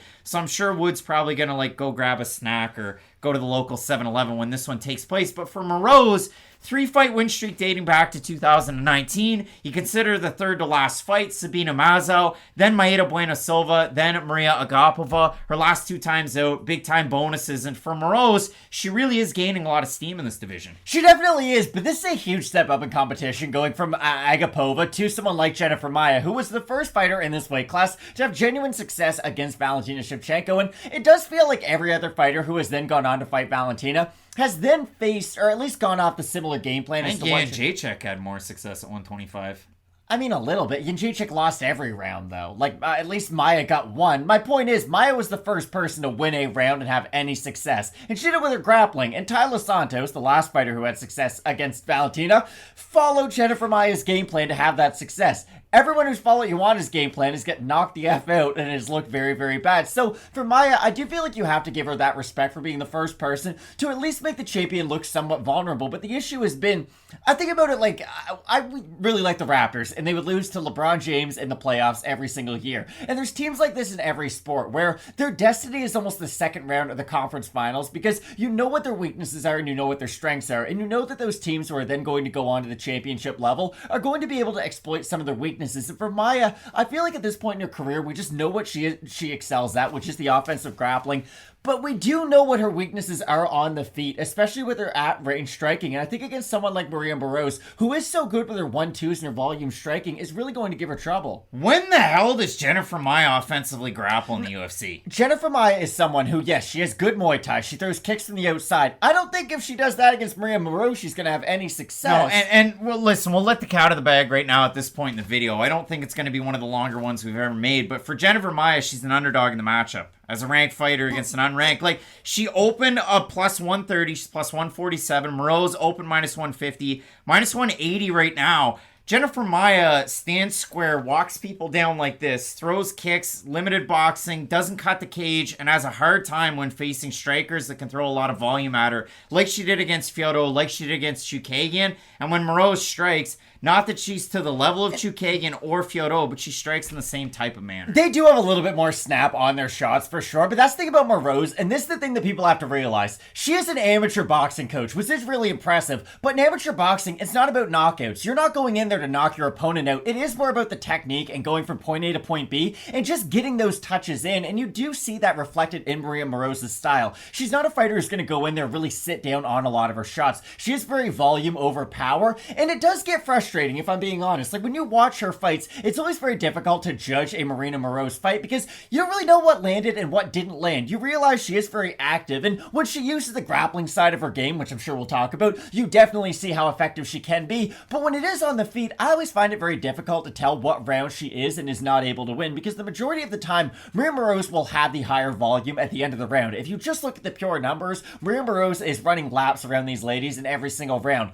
But then when you take into consideration effective striking, you do notice that she does get landed on more than she will land on her opponent sometimes. It's just the fact that there is so much volume associated with what she throws on the feet, it does become misleading. But my whole point about Maia in her grappling was, I don't think her basic boxing combinations and her kicking is going to be enough. I think if she does go in there and try to use the game plan that we have seen as of late, we're just going to see one of those rinse and repeat Maryna Moroz on the outside, I'm going to win 30-27. I really think Jennifer Maia needs to mix in the grappling, because if we don't see that version of her at all, Maryna Moroz is just going to be happy to stand on the back foot and throw her crazy amount of volume. Yeah, Maia's takedowns aren't the greatest either, and the trouble for Maia is they threw her right to the fire after she was the Invicta champ. Her first fights against Liz Carmouche, who challenged for the belt at 125 and 135, and then was successful in capturing the belt over the Bellator. But for Maia, she's got the jiu-jitsu pedigree, Brazilian jiu-jitsu black belt. She trains at a shoot the box monstro. She just got married. Her husband's the coach. And for Maia, yeah, the takedowns are the trouble. It's kind of like Vanessa Demopoulos, who's earlier on in this card. Great at grappling,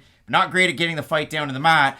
Maia's a little bit more proficient when it does come to her boxing. She is quite adept at Muay Thai, but she doesn't have the same level of volume and zip as somebody like a Maryna Moroz from the outside. So again, the odds favor Moroz in this matchup. Maia is the underdog. We have a look at the Tapology votes. Surprised to us, they are to you. I'm going to give Maia a shadow of a doubt here. I'm going to say over under 60% Maia. It should be over, you would think, because she definitely has the higher level of competition. It's not. 564 total votes, 74% Moroz, 87% by decision. For the 26% that have Maia, 85% by decision. Matt, Maryna Moroz, if you go over to her Instagram, I was trying to figure out, like, she is training an American top team, a lot of great people to train with at that gym. 100%. She's really looked good in these last 3 fights as well, because you look at the 2 losses before that, and they are years ago. Carla Esparza and Angela Hill. Hill took her down in that fight and landed some really good volume in that one.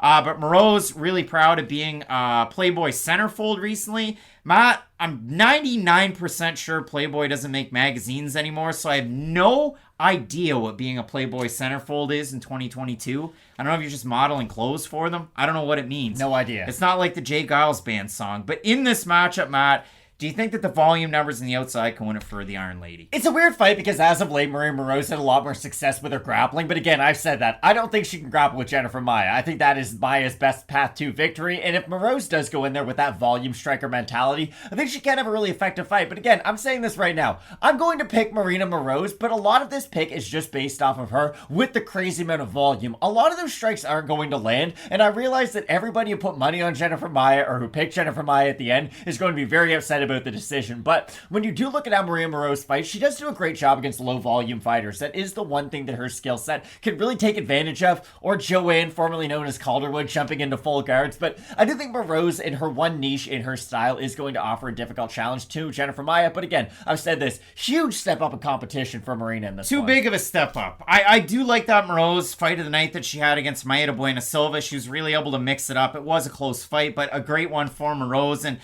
in taking on somebody like Jennifer Maia, I think Maia hits a little bit harder than the fighters that Moroz has taken on. She's definitely much more adept than somebody like Maria Agapova, who offensively Agapova is good. I mean, I've never seen a more disgusting submission than Jillian Robertson when she put her to sleep her last time out. But for me, I do like Maia. Again, it's a large step down in competition if in relative terms for Maia. So I'm going to go with the former title challenger here, and Maia's the underdog. Matt going with the Iron Lady, who's really on the rise, looking for a fourth win in a row in Moroz to get the win. You let us know down below in the comment section who you have in this matchup. A great fight on this card, headlined by Derrick Lewis and Sergey Spivak. You're not going to want to miss it. Keep it locked in with Fight Night Picks. We always say, let's get into it. Scrappy flyweights coming up on this weekend's card, headlined by Lewis and Spivak. We have the former Fight Night's global champ, Zhalgas Zhumagulov, taking on Inner G, Charles Johnson, the former LFA flyweight champ. He won the interim belt. He defended the interim belt, and then he was able to win that unified belt, but was it really unified? He beat Carlos Moda, a guy who's also in the UFC at this point. Johnson had a really hard time out in his UFC debut, took on Muhammad Makayev, who may very well fight for the title someday, and in that fight, Makayev landed 12 of 26 takedown attempts, and he was able to really win out in that one aspect. Didn't do any damage, at all in that fight.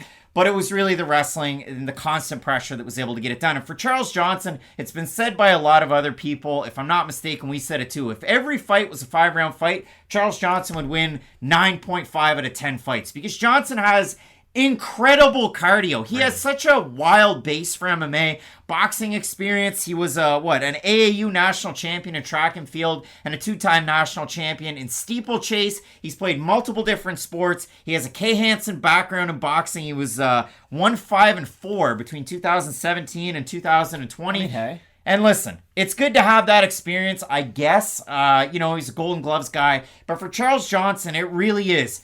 Nice kicks from the outside, holds his hands relatively low. He will get out wrestled in certain exchanges, but that opens up his scrambles, and his offensive wrestling is so very good. And that's why in this matchup with Zhumagulov, a guy coming off a split decision loss to Jeff Molina, a fight where if you look on MMA decisions, 12-1 the people that scored it for Zhumagulov. But I know I threw a tweet out there and I went back and found it. I had it 29-28 Molina in the fight, but I also put after that, if it was a 30-27 Zhumagulov, I wouldn't cry robbery. It was a really, really close fight. Zhumagulov was on him like the butter that I had on my blueberry bagel this morning. He was all over him, trying to get the takedown, trying to push forward. But you look at it for Zhumagulov, 1-4 in the UFC, and he's still around. He must be doing something right. And every fight that he's had, I can talk about a point where Zhumagulov had success in that one. I just think Zhumagulov's a perfect example of a great test for any prospect making their way up the division. And he's a good fighter too, because whether you do win or whether you lose to him, it's not going to be so devastating that, you can't get your career back on track if you do lose to him. And if you beat him,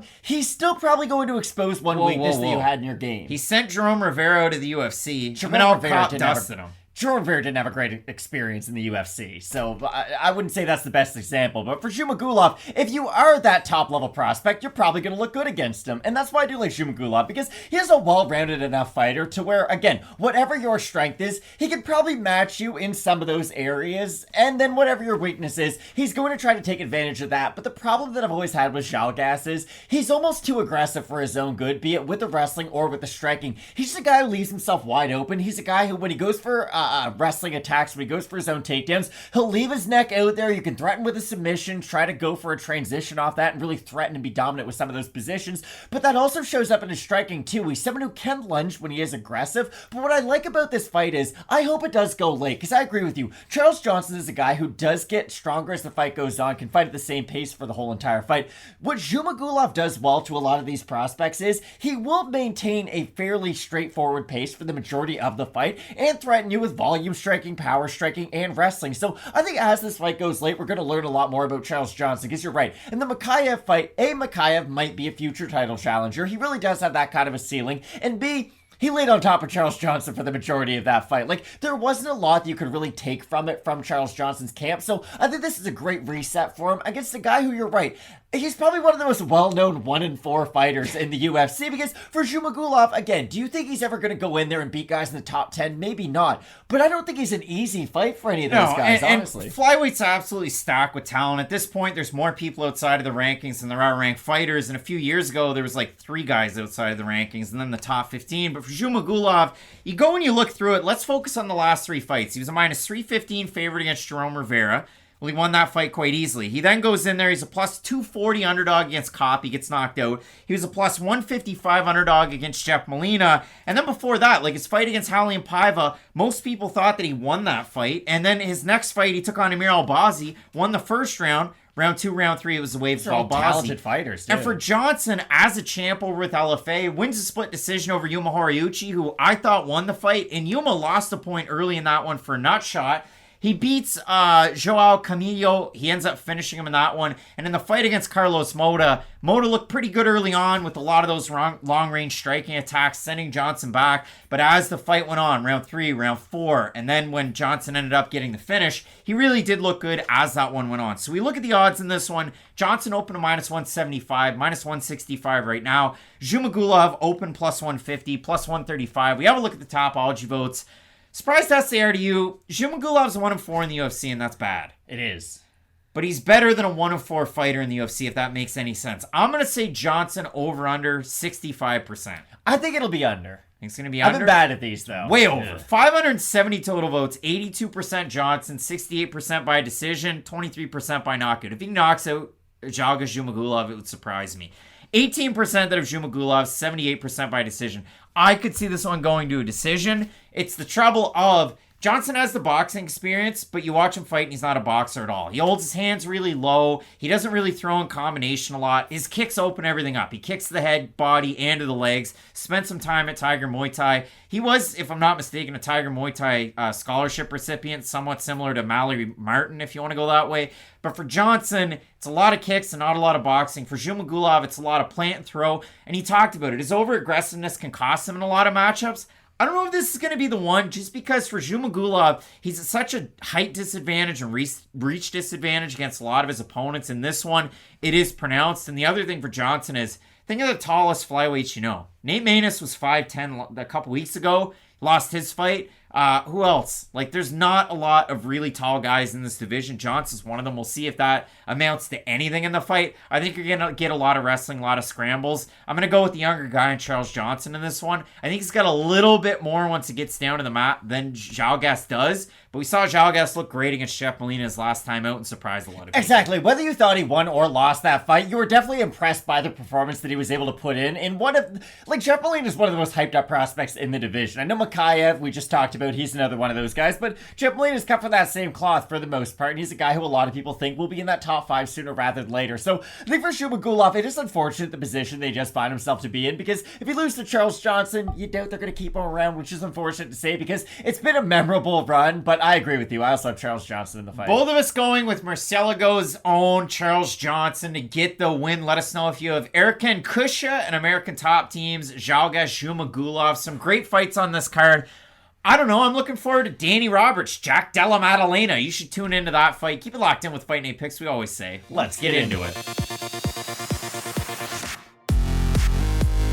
Jack Della Maddalena is absolutely rolling, and with Rookie of the Year honors in sight, coming off of 2 first-round knockout wins to start off his UFC career, he's going to look to try and cap off a busy 2022 with a win over Hot Chocolate Danny Roberts, which is sometimes easier said than done, because for Danny Roberts, you look at his overall body of work in the UFC, he's been around for a time or two. 7-5 with the promotion, 2 fight of the nights, 1 over Dominic Steele, where he ends up getting dropped, and then he just rallies, has a great fight in that one, and a fight of the night as well against David Zavada back in 2018. And for Roberts, his last number of fights, his last 5, he is 2-3 in those fights, but you consider it, loses against Hannibal Claudio Silva by submission. If you're going to lose to Claudio Silva, probably by submission. he welcomed in Michel Pereira to the UFC. Pereira said, "Thank you very much. I'm going to finish you by flying knee." He beat Salim Imadaev in a fight where he was just really well-rounded. Looked great in that one almost 3 years ago. Beats Ramazan Emeev by split decision. He shouldn't have won that fight. He lost the first 2 rounds. Third round, what happened to Emeev? He becomes a kickboxer. He does. And in that one, Roberts looked good in the third round. And if Dominic Cruz was a judge, I mean, the third round really leaves a good impression in the judge's mind. So that's how fights are judged. And then his last time out, he loses against Francisco Trinaldo. But for Danny Roberts in this matchup, taking on Jack Della Maddalena, he can really pull a lot out of the opponents that he's taken on in the past. Boxing heavy guys that aren't really that tall for the weight class. A guy like Jack Della Maddalena might be a little reminiscent of the body type of a guy like Salim Imadaev, or like Mike Perry, a guy he's fought in the past. You're not wrong at all, but I will be curious to see, because I was someone who thought, okay, Danny Roberts can occupy one of those action fighters in 170 space, where this is the type of fight that eventually you're going to find yourself in. Like a Nico Price or Randy Brown or Luke Tim Means, Max S Griffin. tier. Like, there's a lot of guys in this division who kind of find themselves in that space right now, but Danny Roberts is kind of one of those fighters. Until he fought Francisco Trinaldo, and I thought the volume of Danny Roberts was really going to impress in that fight. I thought that was going to be the one thing that was going to help him, because Trinaldo does have great power, even though he's had this weird late career resurgence. We all know how shifty he is and how he can hit those pullback left hands, but the thing about Trinaldo is he's not a very active fighter. He never has been. When he was 23, he wasn't an active fighter, so now that he's 43, that hasn't changed either. Danny Roberts didn't really get out of second gear in that fight, though, and that's something that, okay, if we saw Danny Roberts from 4 years ago in this fight against Jack Della Maddalena, then okay, he might get into a fight of the night, he might get into a brawl, that might be to his detriment, but at least I think he's going to land a couple of his own shots.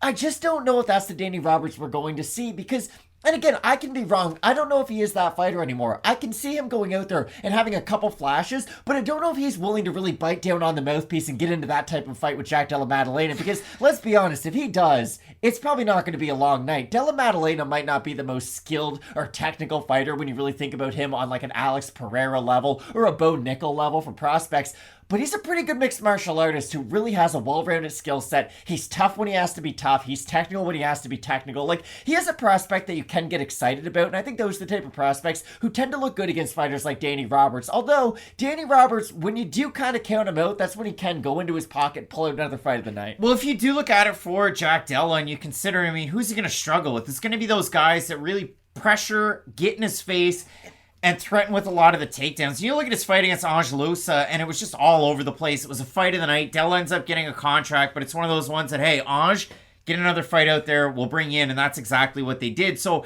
for Della, that's a great win to have in your back pocket, but even the fights that he had on the regional scene, when there were guys that would get into the phone booth, withstand some of that power, work the takedowns, that's when his opponents would have success. And you know the story already about Della. He went 0-2 to start his career, losing by finish, told his coach he'd win 10 in a row, end up in the UFC, and gosh darn it, didn't he do it. Pretty impressive. But for Della, yeah, I mean, beating Pete Rodriguez on short notice is one thing when you do Wardley Alves, but going out his last time out against Ramzan Emeev, who, like, half his body was sunburnt, it was a really weird look for Emeev, but landing the body shot, getting the finish, he really did look good in that matchup, and I was surprised because Emeev normally turns into a kickboxer as his fights go on, but Emeev decided to be a kickboxer, and he did get the takedown. And then Della ended up really doing well in the scramble, getting back up to his feet and continuing to do his own thing. And I was impressed by the way in which he was able to handle Emeev, because like you had said, Emeev's a guy who you can win against. Very rarely you look good against him when you do beat him, though. You are going to have to withstand some of that wrestling. Yes, if you do withstand that big storm, if you can defend the grappling, you can look good and have your opportunities to win it late. But the fact that we saw Della Maddalena go to the body, go to the head, withstand some of the adversity with some of the wrestling, that gave me more confidence in him moving forward than if he just went in there and knocked him out with the first punch. Because, again, Emeev is one of those guys, you can look at his record and kind of scoff at him, but I really do think beating a guy with his skill set is a very impressive thing for a guy to do so young in Maddalena's career. The former M1 Global middleweight champ, Ramzan Emeev, both these guys with the success there. One guy's win definitely holds a lot more water than the other, but if you look at Della when he strikes and compare him to Danny Roberts is going to throw a much more varied attack to all three levels with his boxing and his kicks. He does throw a lot of head kicks, a lot of body kicks, and for Della, he will switch stances quite a bit, but it really is a boxing-heavy attack. He's got nice leg kicks, but when he's working from orthodox, it really is the left hook that he likes to land. Then he'll switch to southpaw, left straight down the middle. And it is one of those things that reminds me a lot of a guy like Dustin Poirier, the right-hand dominant southpaw. For Della, it is that left hand all the time, even though he is switching stances quite a bit. So something to look out for in the matchup. And the thing for Danny Roberts, too, you mentioned it, and this is kind of one of my points. For Danny Roberts, really low in terms of volume against Trinaldo, who you would have thought on the outside he'd have a lot of success against him, even 100%. If Trinaldo's trying to crash the distance himself and pushing a pace. But if you look at it for Roberts, over his UFC tenure in 12 fights, 3.13 strikes landed per minute to 3.32 absorbed. UFC average is 3.4. He's below average in both categories, so we'll see what he's able to do here. He's training in England at, Aspire Combat Sports Academy, not in Florida for this camp. He's been out of, at the time, Sanford, now Killcliff FC. So we'll see how he's able to make out here, getting that training back at home. But when we have a look at the odds in this one, not particularly close. Della open a minus 335 favorite, minus 460 right now. Roberts open plus 275, plus 340. Bringing it home with the Topology vote. Surprise to us there, to you. I'm going to say Della's probably a big favorite. I'm going to say over under 85% Della Maddalena. I'll say over. I'm going to say over. Oh my goodness. 550 total votes, 96% Della Maddalena, 86% by knockout for the 4% that have Roberts, 45% by decision, 40% by knockout. I think Della wins the fight, but my goodness, I'm surprised where the fan vote is. It's just, the way that Della fights is kind of that car crash mentality of, I will eat a shot to give a shot. Danny Roberts doesn't really have that level of durability at this stage in his career, I don't think, to get into that kind of a fight. And he's not a good enough wrestler to just decide, oh, we're not striking right now. Because like you said, when Della is going to face adversity, is you're going to either have to bring the fight to him and really pressure him and make him feel uncomfortable, or pressure him with your wrestling and not allow him to really initiate his own boxing combinations. Roberts can go for takedowns, but he's not a specialist in that regard by any means. So I don't think he's a good enough grappler for grappling's sake. I think he can make it competitive in some spots, but I like the striking out of Della quite a bit in this fight. To me, going back and watching that fight that Mike Perry had, Perry withstood a lot of damage in that fight, and then he just kept coming forward. He lands that hand, wobbles Danny Roberts, and he grabs his head and slams it into his knee, and he gets the knockout. But for Roberts, he's been dropped by Dominic Steele, Mike Perry, Nordin Taleb, and Michelle Pereira. So for me,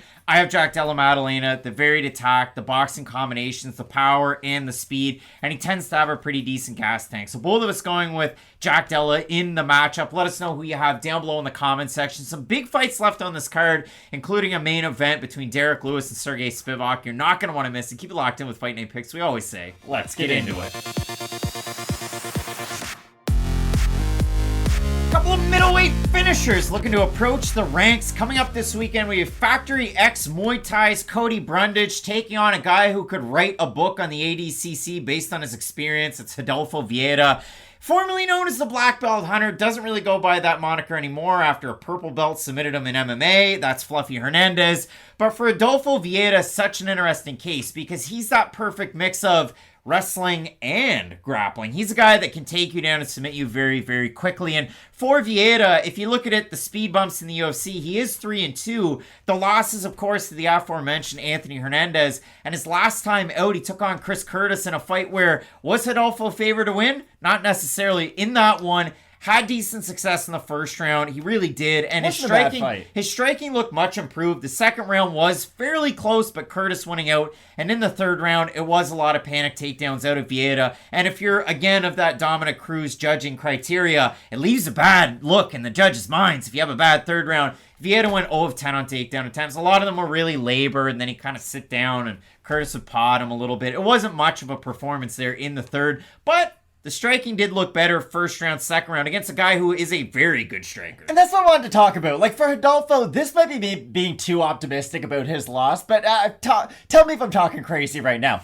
I thought he looked more confident in his striking against Chris Curtis, and I thought that was important. Just because he didn't win the exchanges doesn't tell the whole story. It's tough to go out there and outstrike a guy like Chris Curtis when you are not a natural striker. But what we saw in Rodolfo was he wasn't running away from the exchanges. He didn't look uncomfortable on his feet, and I think that is the first step you have have to make to then getting that part of your game. He didn't look like he was scared of expending his gas tank or getting finished. And if you look at it for Vieira, okay, let's go through his UFC fights really quick. So he fights... People might hear that and think, oh, well, he's at the UFC level, but it's true. A lot of MMA fighters are skilled. A lot of MMA fighters have trouble with their cardio, though. And when you're tired, it doesn't really matter how skilled of a fighter you are. You saw that for him in his first loss, but he beats Oscar Piotr really quickly. He then beats Sapar Big Safarov fairly quickly, gets his eyes swollen up, but he jumps on, gets a submission. He loses to Hernandez, has a great first round, and then has no cardio left in the second. Then he fights Dustin Stoichkos in a bit of a stinker at the start because Vieira was almost fighting to conserve his gas tank. From the outside, throwing a couple combinations here and there, waiting, not really doing a whole lot, and then in the third round just flipped the switch and got the submission. And then against Chris Curtis, one of the more dangerous fighters you're going to face in striking in the middleweight division, and that's not a hot take, he went out there and struck for striking's sake. Now, for Cody Brundage, you look at it, I mean, he was a good wrestler when he was in high school. He was a good wrestler when he was in college as well. In high school, Matt, this was his total ledger. Is it like Wilt Chamberlain-esque? Well, I mean, it was 128-22, so it was pretty sad. damn good. He was a two-time Division II qualifier at Newbury College at 197 and 285 pounds. So he wrestled in the higher weight classes. Brundage fought on Dana White's Contender Series and lost to William Knight, a fight that he was having success in with the striking and the wrestling until he got submitted. But Brundage in the UFC is an interesting case, and I'll out myself right now. Cody Brundage has fought 3 times in the UFC, and I picked him to win 3 times. Oh, really? I didn't know this. And I've been right on 2 of those. But I thought that he had a really competitive fight in a short notice debut at 205 pounds against Nick Maximov, or at least at 185 rather, against Nick Maximov. In that fight, it was an interesting case where he had success with the striking, he had success in some of the grappling, but he ultimately didn't win a lot of the minutes on the ground, and judges favored the control time and the takedowns of Maximo. But he goes out there against Dalcha Linjambula. Looks bad until he doesn't. If you thought Alex Pereira looked good at 185, winning in the 5th round against Israel Adesanya, go watch the first round of Cody Brundage and Dalcha Linjambula. Linjambula wins in every aspect of MMA. He's beating him up against the cage. Dalcha goes for a double leg takedown, wraps the arms behind the butt. Cody grabs the guillotine and pulls guard at the same time, and he's able to just hold on for dear life. Performance bonus there. His last time out, he didn't get a bonus, but he's taking on Tresean Gore. As the round's going on, Gore's stalking him, but Brundage is boxing well, and we've seen improvements as he's gone from Scorpion Fighting Systems in his native Michigan to going over to Factory X Muay Thai, where Brundage is based right now. But he explodes, hits Gore with the right hand, drops him, gets into top, and sleeps him with ground and pound, gets up, and he says, and I want to make sure I get this one right, I thought we were wrestling. They weren't wrestling. What I really like out of Cody Brundage is when he went to Factory X, he didn't become a completely different fighter. He just added a lot more to the fighter that he originally was, and that's what I like out of him. Are his combinations now crazy, like Carlos Condit-esque in his prime? No, not at all. But he throws a lot of varied attacks on the feet. He can throw a lot of different boxing combinations, and that's what I do like out of Cody Brundage. And he does feel like one of those fighters to where, okay, if his level of wrestling and his level of striking do finally reach the same place, you can put them together, I think it will be a really difficult fighter because you do see flashes. Like, I remember being very impressed of his, like, Hail Mary win over Dalcha, because that's not a win you see every day. A guy gets beat pillar to post, and then just, like, you gotta think, like, he was almost finished on the feet a couple of times. Yeah, like, he was out of it, and then all of a sudden gets this really impressive submission, and it was okay. You were able to do that over Dalcha, who, let's be honest, is probably closer to the end of his career than the beginning. Let's give you Tresean Gore, a guy who's sort of the opposite, a guy who has a lot that he could show us, but we're still kind of left asking more. Cody Brundage was able to go out there and show us another part of his game that was still more impressive. So for Brundage, I do feel like he is a fighter who continues to add to his game continuously, whereas Vieira's in a very different boat. He is that refined game, but he's learning how to put a game plan together, and I think that's what's really been important for him. Rodolfo in the fight against Dustin Stoichkos, if you just look at the 3rd round submission, you might think, oh, he has great cardio. That's not the case at all. It's the amount of work he puts in until he can finally go for that submission. If Vieira is willing to just stand on the outside, not throw a lot of strikes, just be elusive on the outside, which sounds wild for a guy as big as he is, but if he does just sort of use his footwork, get in and out of range, well, he's not burning a lot of energy. Anybody can dance dance around and bounce around on their feet for 10 minutes. It's when he gets into those elongated grappling exchanges where he can't actually get a finish. That's when those muscles really start to fill up with lactic acid, and he starts to really diminish as the fight continues. Vieira had a lot of success outside of the UFC, multiple-time ADCC champ, Ultimate champ, so on and so forth. Cody Brundage, lights-out champ at middleweight and light heavyweight. He beat Eric Lozano, who was 13-15, and then he beat Eric Lozano was 13-16, back-to-back, 2 different titles. But for Brundage, it'll be interesting to see, just for both of these guys, where they square off. Because physically, you might think that Vieira's going to have a giant advantage. Vieira definitely looks drawn out when he cuts to 185, and Brundage maybe not the same. So I'm eager to see these two guys when they step into the cage. Eager to see this one on Friday. The odds coming in on this one, Vieira open minus 145, minus 180 right now. Brundage open plus 125, plus 145. We have a look at the Tapology votes, Matt. Surprised to us, they are to you. Brundage has been an underdog in his UFC fights, and I just keep picking Brundage as an underdog, and I don't think the fans tend to like him all that much. I'm going to say over under 75% Vieira here. I think it'll be under. Think it's going to be under? Oh, slightly under. 581 total votes, 71% Vieira, 84% by submission. For the 29% that are Brundage, 53% by knockout. Matt, I look at this fight, and I look at Rodolfo Vieira's fight against Vitaly Nemchinov over with ACA, his fight right before he came into the UFC, where he walks across the cage, spears into a double leg. His opponent flips his back, being a wrestler, gives his back, and then Vieira gets a rear naked choke. I think Vieira's going to do that in this fight and submit Cody Brundage. The thing is, when you look at everything Cody Brundage excels at and really just break it down basic, well, he's probably a better striker. He has more variety in his strikes. He's got a really tight 1-2 that's really efficient, and his leg kick's great. Exactly. So on the feet, I would assume Brundage is going to win a lot of the minutes.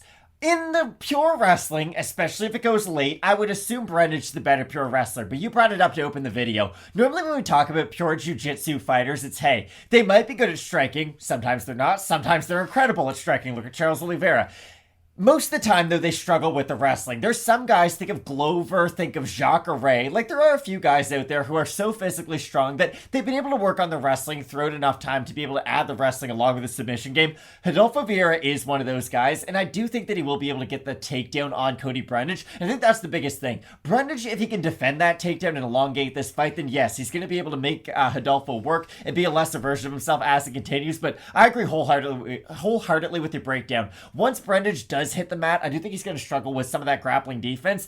People might joke about Fluffy Hernandez, but like, he's a legit fighter at this stage of his career, so a loss to him is no shame whatsoever. So I do expect Rodolfo to look good in this matchup. Can he play baseball? Can he play? I mean, my goodness, Fluffy Hernandez. Both of us going with Rodolfo Vieira to get the win. Let us know down below in the comment section who you have in this matchup. Little Birdie told me we got a Muslim Salikhov fight coming up next. The king of Kung Fu. You're not going to want to miss that. Keep it locked in with Fight Night Picks, we always say. Let's get into it. Coming up this weekend on the main card of UFC Fight Night, Lewis versus Spivak. We have a matchup in the welterweight division pitting the king of Kung Fu, Muslim Salikhov, the Wushu Sanda, I don't know, just ultimate version. Like, this guy is one of the best Wushu Sanda practitioners ever. He was the gold medalist at the 2008 Beijing Olympics appendage tournament that they had over there. But he really is to the nth degree of striking. He had 4 spinning finish knockout wins before he came into the UFC in a row, headlined by a Melvin Gillard win. And in the UFC, it's been a little bit of a mixed bag, but 18-3 as the record. He lost his last time out against Li Jingliang. Looked great in the first round, out-grappled Li Jingliang. You're saying, Craig, did a striker out-grapple Li Jingliang? It happened. You could win the battle and lose the war, though. And he did bite on a lot of those body jabs that Li Jingliang was able to land. And if you watch the finish of that fight, oh my goodness, it was violent. It was. And for Andrea Fialho, I mean, this is a guy that you've known and loved over with Bellator. If you're excited for Beast in 25 out, Vadim Nemkov later on this week, you probably know about Andrea Fialho. He was featured in co-main events, main card slots over with Bellator. He fought with the PFL, with LFA, with UAE Warriors. And coming into the UFC in 2021, he went 4-0 and looked absolutely amazing. Made a short notice debut earlier on this year. Lost to Michel Pereira on the main card of a pay-per-view, but made it relatively competitive. There might have been 30s, 27s out there, but he did make it competitive. He then went out and picked up 2 giant knockout wins his next 2 times out. And then his last time out took on Jake Matthews, who was final form Jake Matthews.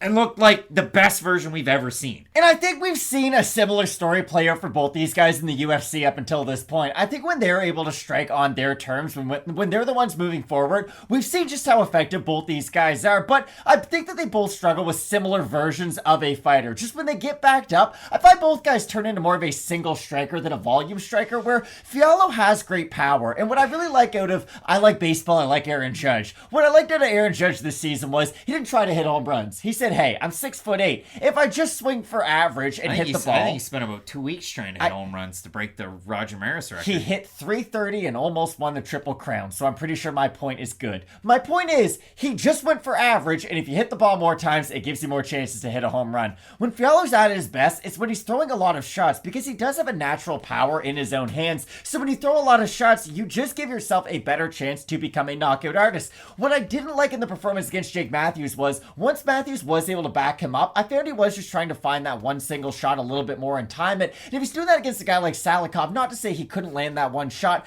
but that is going to allow Salikhov to just get into his own flow and become that unique kind of striker.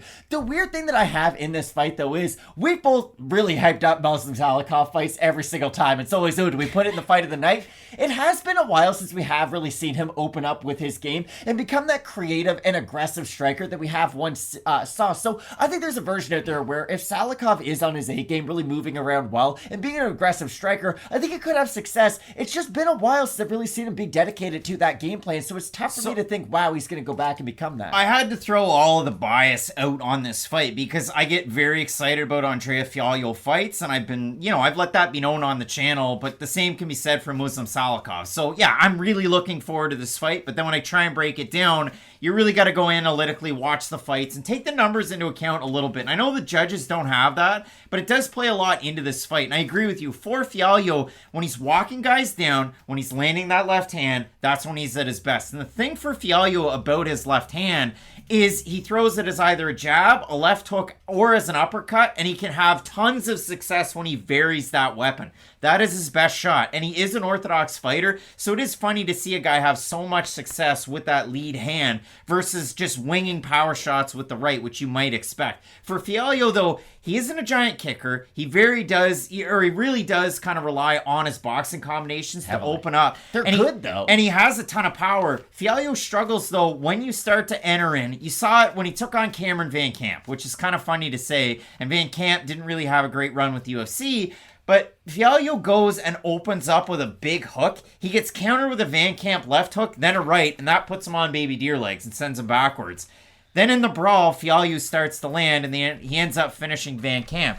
Before that, the fight against Miguel Baeza, the fight starts off. Baeza lands a clean 1-2, and I'm talking clean that sends Fialho just walking back, and then he walks himself back into it. Fialho gets hit by right hands very, very often in his fights. And if you look at it from Muslim Salikhov, he kind of said, like, we haven't seen that king of kung fu in the UFC. It's been a minute. And I'd agree. Like, all the spinning stuff, you see the spinning stuff, but you don't really see it land as much. People used to get on me for having that gripe with Zabit. Like, Zabit was awesome when he was healthy, but he'd throw these crazy spinning kicks that, let's be honest, they would never land. Muslim Salikhov does that a lot in his fight. His fight against Francisco Trinaldo, he kind of just waited and baited, and then in tight, he landed that nice flurry. He drops Trinaldo at the end of the first round. But after that, this is where I really have to go with this video. Muslim Salikhov, after round 1, doesn't really do much, and he likes to wrestle a little bit more. And we saw it against Xing Liang. He wanted to wrestle quite a bit in the first round.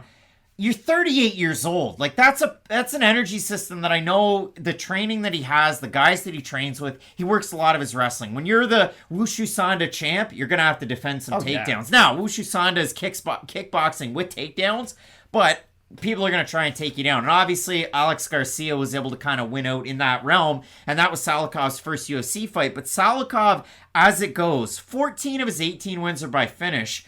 13 of those 14 finish wins are in round number 1. So as this fight goes on, I think it favors Fialho. Now, for Fialho, we touched on it. I mean, he got chinned in his last fight against Jake Matthews, which was back in June. Salikhov got TKO'd back in July against Li Jingliang. Now, was he out completely? No, he was covering up, but referee ended it. Fialho was more finished than Salikhov was. They were both pretty hurt. Neither one were all that good. But for Fialho, what does he really, really struggle with? The Pereira fight, he got out volume, but he was in on super short notice. I don't really count that one that much. The fight against Jake Matthews, he got completely outstruck in every respect. But before that, it was grappling. Like the Chris Curtis fight, Gleico França over with the PFL, he really did. And even when he was with Bellator, it really was grapple-heavy attacks is where he would struggle. And Fialho's been a guy out of Blackzilians, Sanford, friggin' Hard Knocks, Killcliff FC that it is right now. And they talk about it in every broadcast. He is of the school of Henry Hooft. He really is a Hooft type of fighter because everything's tight with a lot of power, and he employs those really tactical things that you see Hooft fighters employ. So Fialho struggles with the takedown. Could Salikhov take advantage of it? Sure. If he took down Li Jingliang, he could take down Andrea Fialho. For me, not even looking at the odds and the fan vote, I think Fialho wins in the second round, the third round. He picks up as this fight goes on, and it hurts me to say it. No, I agree, because that's the thing. Could Salikhov win this fight? Yes, he could. But I'm trusting a guy who's almost 40 years old to become a fighter that he hasn't been for a number of years now. And I like the win he has over Elizeu Zaleski dos Santos. Is it that impressive a win, though, after you go back and watch the fight? Not at all. He didn't have some Max Griffin knock him down, drag him out war with Elizeu. They stood there and looked at each other for 15 minutes and didn't throw a damn thing. Let's just call it what it is. That was a fight I was very excited for that did not live up to the hype whatsoever. It just feels like with Salikhov, it's the threat of what he's going to do more than what he's actually going to do. And yes, Fialho does leave himself very open for some of those counter shots. He could definitely be hit by them, like you said. He's been hit clean even in the fights where he's won and looked very good in. But I do still like him for his overall activity. And the last thing, too, is but a decade younger, too. That has to be brought up. Like, not that Fialho's some spring chicken by any means. He's definitely had some damage in his career, but Muslim Salikhov is not a young man at this stage of his life by any means. Yeah, Salikhov coming off that loss to Li Jingliang. I mean, the only other loss on his career, he lost to Chris Holcomb in 2012 by submission and Alex Garcia by submission, a guy who trained out of Montreal, Quebec, Canada when he's in the UFC. The odds on this one, Salikhov's the favorite, minus 130. Fialho, plus 106 underdog. And the fan vote, 59% going with Fialho to get the win, 81% by knockout for the 41% that have Salikhov. What is that? 68% by decision. I think Fialho wins by decision. He's the underdog, and that doesn't agree with the fans. But both of us going with Andrea Fialho in this fight. But I could see a stoppage either way, if I'm being completely honest. Like, I agree with you. I do favor Fialho, especially if it goes late. I like his output. I like his activity. But he definitely leaves himself open enough to where if Salikhov decides to become the fighter from a few years ago, he definitely has an opportunity to get the stoppage. But this should be an incredible fight for as long as it lasts. Both of us going with Portugal the man. I feel it. Like, going with Andrea Fialho to get the win. Some big-time fights on this card, including Waldo Cortes-Acosta taking on Chase Sherman. That one's up next. You're not going to want to miss it. Keep it locked in with Fight Night Picks. We always say, let's get into it. Yeah, Cortez is a very awkward fighter, a former MMA fighter. He doesn't really have a style. He's big, he's strong. A turn and burn type of fight for the DRs. Waldo Cortes-Acosta. He's going by the nickname of Salsa Boy. At this point, he's going to be taking on a short notice fighter, but who was already ready for a fight. It is the Vanilla Gorilla Chase Sherman. Now, I want to make sure I get these dates right. UFC win number 1 for Cortes-Acosta came on October 29th. He got a decision win over Jared Vanderaa. That was Chase Sherman's last win as well, was Vanderaa. But if you look at it for Sherman, he was due to take on Josh Parisian on November the 5th. So both of these guys either competed or were supposed to compete in the very, very not so distant past. And if you look at it for Chase Sherman, weighed in successfully, had the face-off with Parisian on the day of the fight. Parisian out due to health issues. So Sherman's left without a dance partner. Sherman now gets Cortes-Acosta. Sherman do Parisian, a guy who can box a bit to get on the inside to get you down to the mat. Cortes-Acosta boxes, and that's it.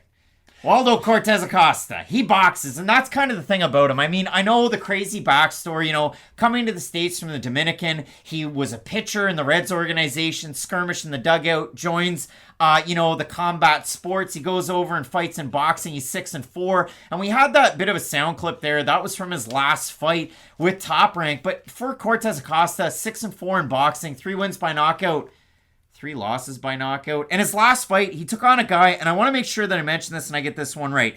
He took on a guy named Sonny Conto.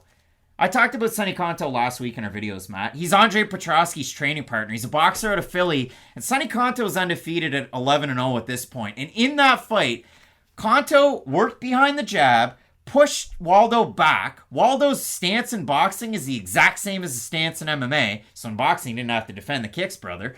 And in that fight, Conto works the jab, backs up Cortes-Acosta till he's almost in a corner of the ring, throws a jab, and then at a certain point, Cortes-Acosta brings both hands up like this, and Sonny just throws a right cross right down the middle, and it drops Cortes-Acosta, who can't get up off the mat at all for the count, and he ends up getting knocked out in that one. Comes back over to MMA after that foray in boxing. That loss was in 2021, and then picks up where he left off. Undefeated in MMA, fights Thomas Peterson for the LFA title, wins that fight. He's losing not every minute of every round, but he's losing that fight handily. And then for him, it's a straight right down the pipe that wobbles Peterson. He ends up dropping him, face planting and winning. Goes on Dana White's Contender Series this past summer, fights Danilo Suzarci. He's a big favorite in that fight, almost a 4-1 favorite. Looked really good in that fight. Takes on Vandeira, looks great in the first round, doesn't know how to check a leg kick. Round 2, round 3, a little bit off the rails. You'd say he won round 2, round 3 he didn't. But for Vandeira in that fight, in terms of the total numbers of what he landed, 56 significant strikes, 39 of those were leg kicks.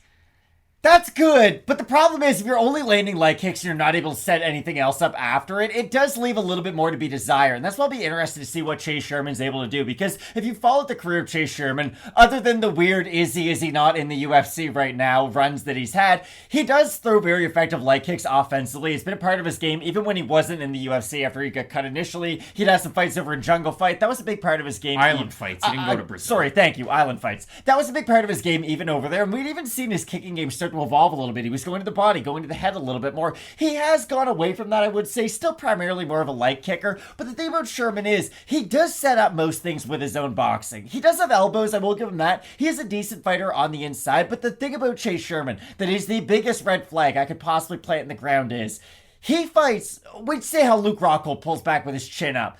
Chase Sherman is a heavyweight version of that, but he'll do it in the pocket. He is a guy who will pursue offense at the decline of defense. And against a guy like Cortes-Acosta, who, yes, I think that leg kicks are going to land against him. I think the movement, oddly enough, of Chase Sherman might give him troubles early too. I just don't know how much Chase Sherman's going to be able to do off of the leg kicks, because let's say he does land the leg kicks. At a certain point, he's going to have to get into that boxing range with Cortes-Acosta. And yes, maybe he can use the clinch to then get some dirty boxing and use his elbows, make this an MMA fight more than just a boxing fight. But the one thing I do like out of Cortes-Acosta that gives him a good sign as a guy being as big as he is you don't see guys throw boxing combinations at his size in the UFC. Normally when you have bigger heavyweights who are kind of at the limit, they wing a lot of power shots, whereas Cortes-Acosta will stay composed and stay technical on the inside, which you do like to see. Yeah, like I say, you lose to Sonny Conte, you get knocked out in 2021, and that's not great for your boxing career, but what does it have to do with MMA? If you look at the way that Cortes-Acosta boxes in MMA, it's better than guys in the heavyweight division. His combinations are good. He goes to the body and to the head. He'll rip lead hooks to the body and then come up. Too. He's really big for the division as well. I mean, 6'4". Again, both of these guys, same height, same reach, but Cortes-Acosta is going to weigh in a little bit heavier. But when you look at it for Cortes-Acosta, like we were talking about him like the next Chris Daukaus in the division, like a guy who could really go on a run. What does that mean, though? I'm completely stunted on his growth after that fight against Jared Vandeira. Vandeira had quite literally a leg to stand on to having won that fight. You could have scored at 29-28 either way. For Chase Sherman, his fight against Vandeira, first round, Sherman, second round, Vandeira, third round was Vandeira until Sherman unleashed with the combination that finished him. But for Sherman, my big point is when you do just want to talk about leg kicks and boxing combinations, which are his specialty, the leg kicks against Ike Villanueva, he had a welt on the front of his shin at the end of the first round. At the second round, he ends up finishing him. The fight against Parker Porter, 33 leg kicks. The fight against Arlovsky, 17. And the fight that Sherman had against Vandeira, he landed 19 in that fight. If you do look at it, the thing that does scare me out of Sherman, not just pull back, but Mark Madsen dips to the right all the time. Mark Madsen dipping to the right, working his boxing. Chase Sherman dips to the right in the pocket, closes eyes, which is scary against Waldo Cortes-Acosta, whose right hand is his biggest weapon. So that does give me cause for concern. It's just my big problem is, unless Sherman can get a finish based off the leg kicks, I do think it's going to be difficult for him to get a lot of that in-between work done on the inside, because I do think Cortes-Acosta, since he does keep his hands very high and he is throwing a lot of his own boxing combinations, it's going to be difficult for Sherman to find those in-betweens to decide, okay, now I'm in defense mode. Now I can initiate my own offense. I just think it's going to be an interesting fight for Sherman, but I totally agree with what you had said. I was with you. I thought Cortes-Acosta had a decent ceiling. It's always difficult to tell in the heavyweight division. I'm not even joking. Like top 15, like 15 to 10. Like, we're going to fight Shamil Durakimov in 6 months. But again, my big point is, and again, I don't disagree with you at all, how much higher in the division is Chase Sherman than a guy like Jared Vandeira? Because again, he is higher than him in the division because he has the win over him.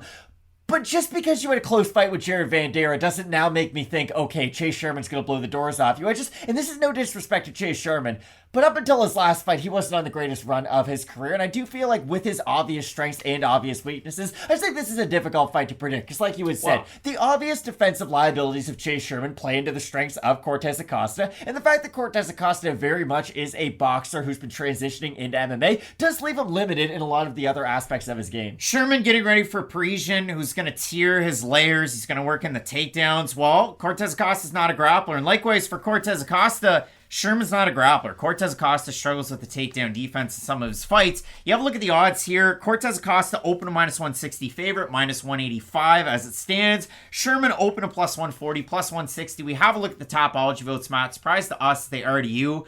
In 2017, the Vanilla Gorilla was the hotness as the Gift King. But he's not now. I'm going to say over under 70% Salsa Boy. I think it'll be over. And it is way over. 411 total votes, 81% Cortes-Acosta, 24% by decision, 71% by knockout. For the 19% that have Sherman, 43% by decision, 51% by knockout. You don't get better at checking leg kicks in 2-3 weeks, let alone having an opponent just thrown at you this quick, because you have to focus. Like, this fight was only made in the last couple of weeks. For Chase Sherman, that's his bread and butter, but defensive liabilities you also don't fix in one camp or two camp, and he's had 26 pro fights. So this one's a lot harder to pick than the fan vote and the odds would suggest, I would say. It is, but I do find myself picking the only slightly younger, I was going to say much younger, Cortes-Acosta, because this is the thing. Unless Chase Sherman's able to hit him with one of those leg kicks that can compromise him enough where you get a stumble, you get like one of those knockdowns, you know what I mean? Like one of the leg kicks where the second it lands, you know significant damage has been made.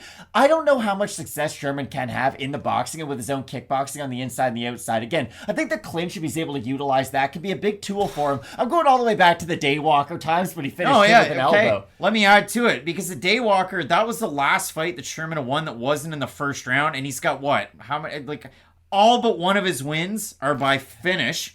And then he had one, if not two, that were after the first round. So Chase Sherman's a first round guy.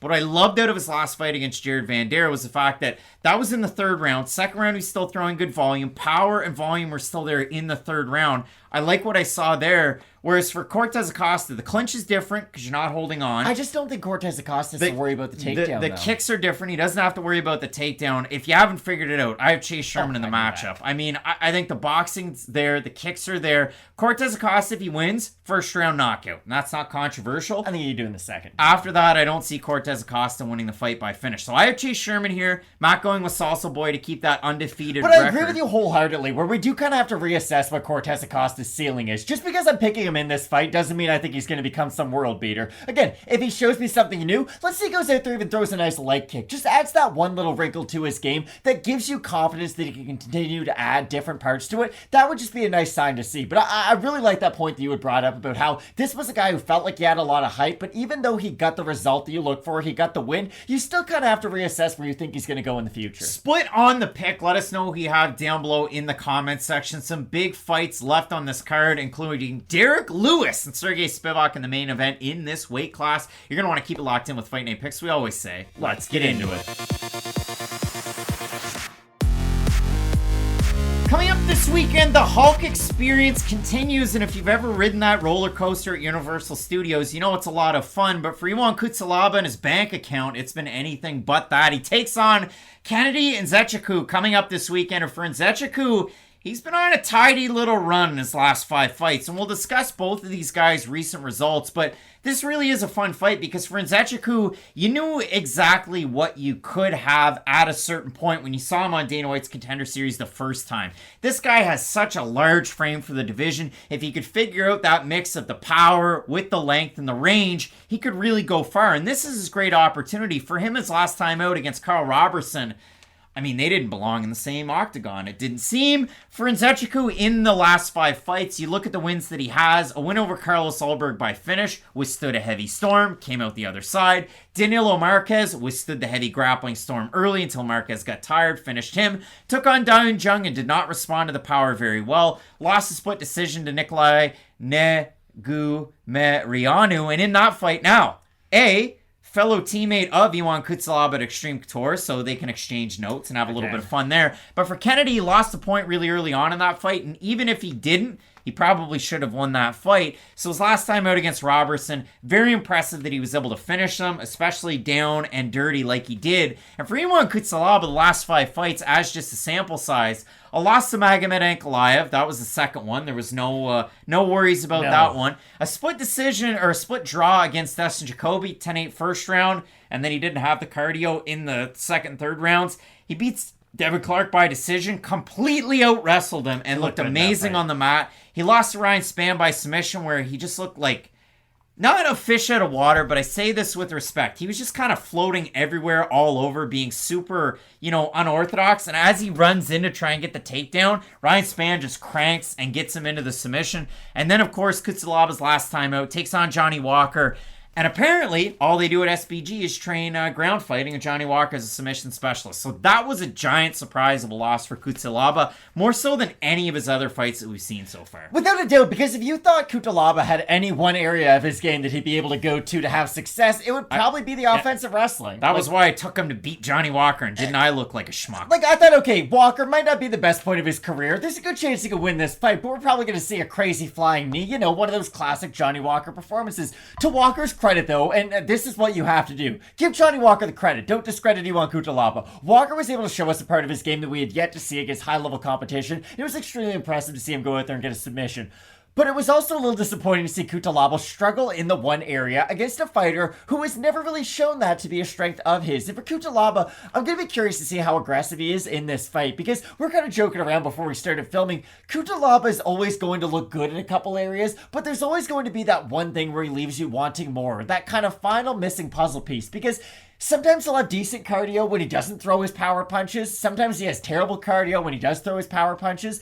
But I gotta be honest, and maybe this is a bit of a zag, I like the former aggressive version of Cutelaba a little bit more than the slow burn version that we've got as of late. I know that Cutelaba is more well-rounded than anybody gives him credit for, because everybody just thinks, oh, the Hulk, he's gonna go in there and throw power shots. And yes, to a certain degree, you are correct. But Cutelaba is a good offensive grappler. He's dynamic on the mat. The problem is, it's almost like he doesn't really realize what version of himself he should be in a lot of these fights, and that's what's so great about this fight in general, I think. For Kennedy, he also kind of has that on and off switch, but what I like out of Kennedy, and you had mentioned it, he has such a unique skill set for his frame in this division. He has good cardio, but he's massive, he's very long and rangy, has good power sometimes when he sits down on his shots, but again, for Kennedy, he's a guy who really thrives in that long range, and against a guy like Ion Cutelaba, who can struggle at finding his entries with his own power shots, Kennedy could have a lot of success, but the flip side is, once guys do get on the inside of that range, make it ugly on him, mix in their wrestling, or at least their clinch work with their own striking,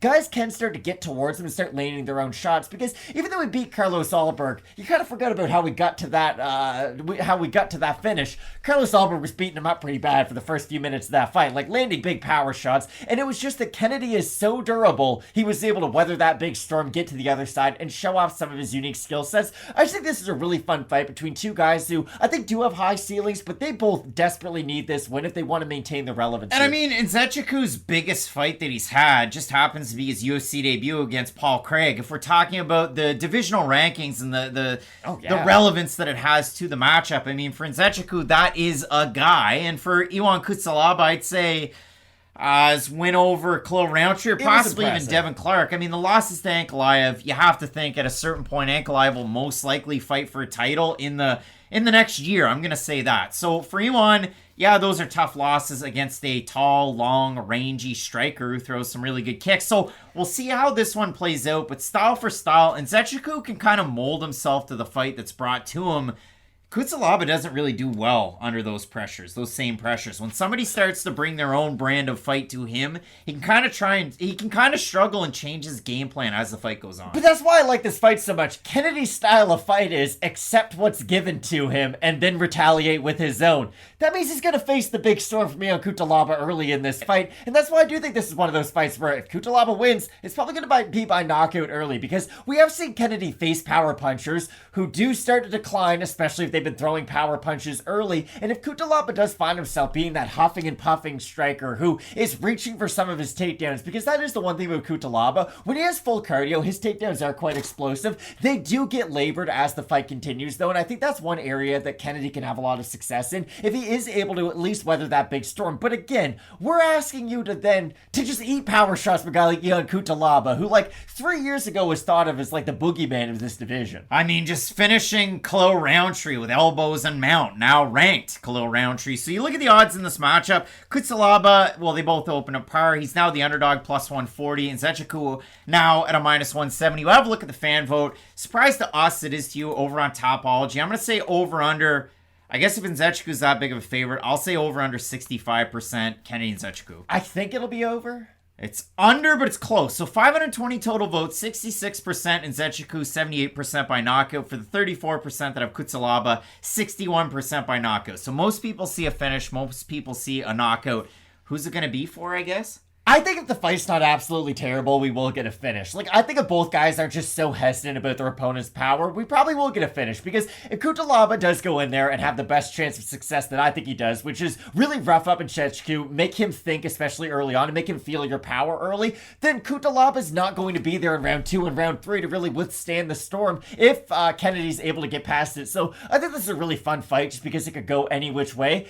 I guess I will favor the cardio of Kennedy in this matchup. Here's the thing, too. I think his grappling defense has gotten better throughout his UFC tenure. Like, if you consider Cutelaba and compare him to the now recently heavyweight, wasn't it heavyweight title challenger? Light heavyweight title challenger over at KSW, Darko Stosic.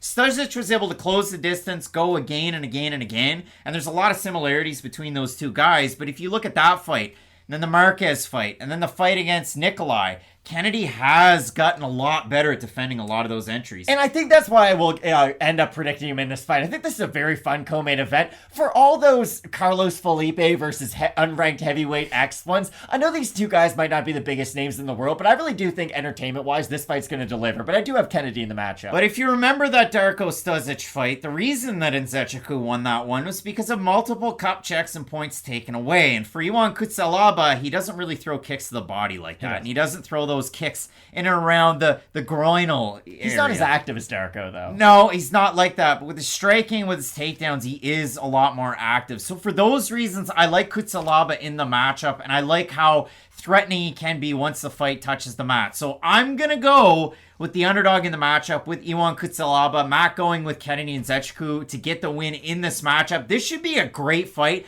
and I can't wait to hear from the folks in the comments on this one. Please let us know down below who you have in this matchup. Can't wait for this one on Saturday. The main event, Derrick Lewis, Sergey Spivak. We're almost there, folks. Tune in for that one. Keep it locked in with Fight Night Picks, we always say. Let's get into it.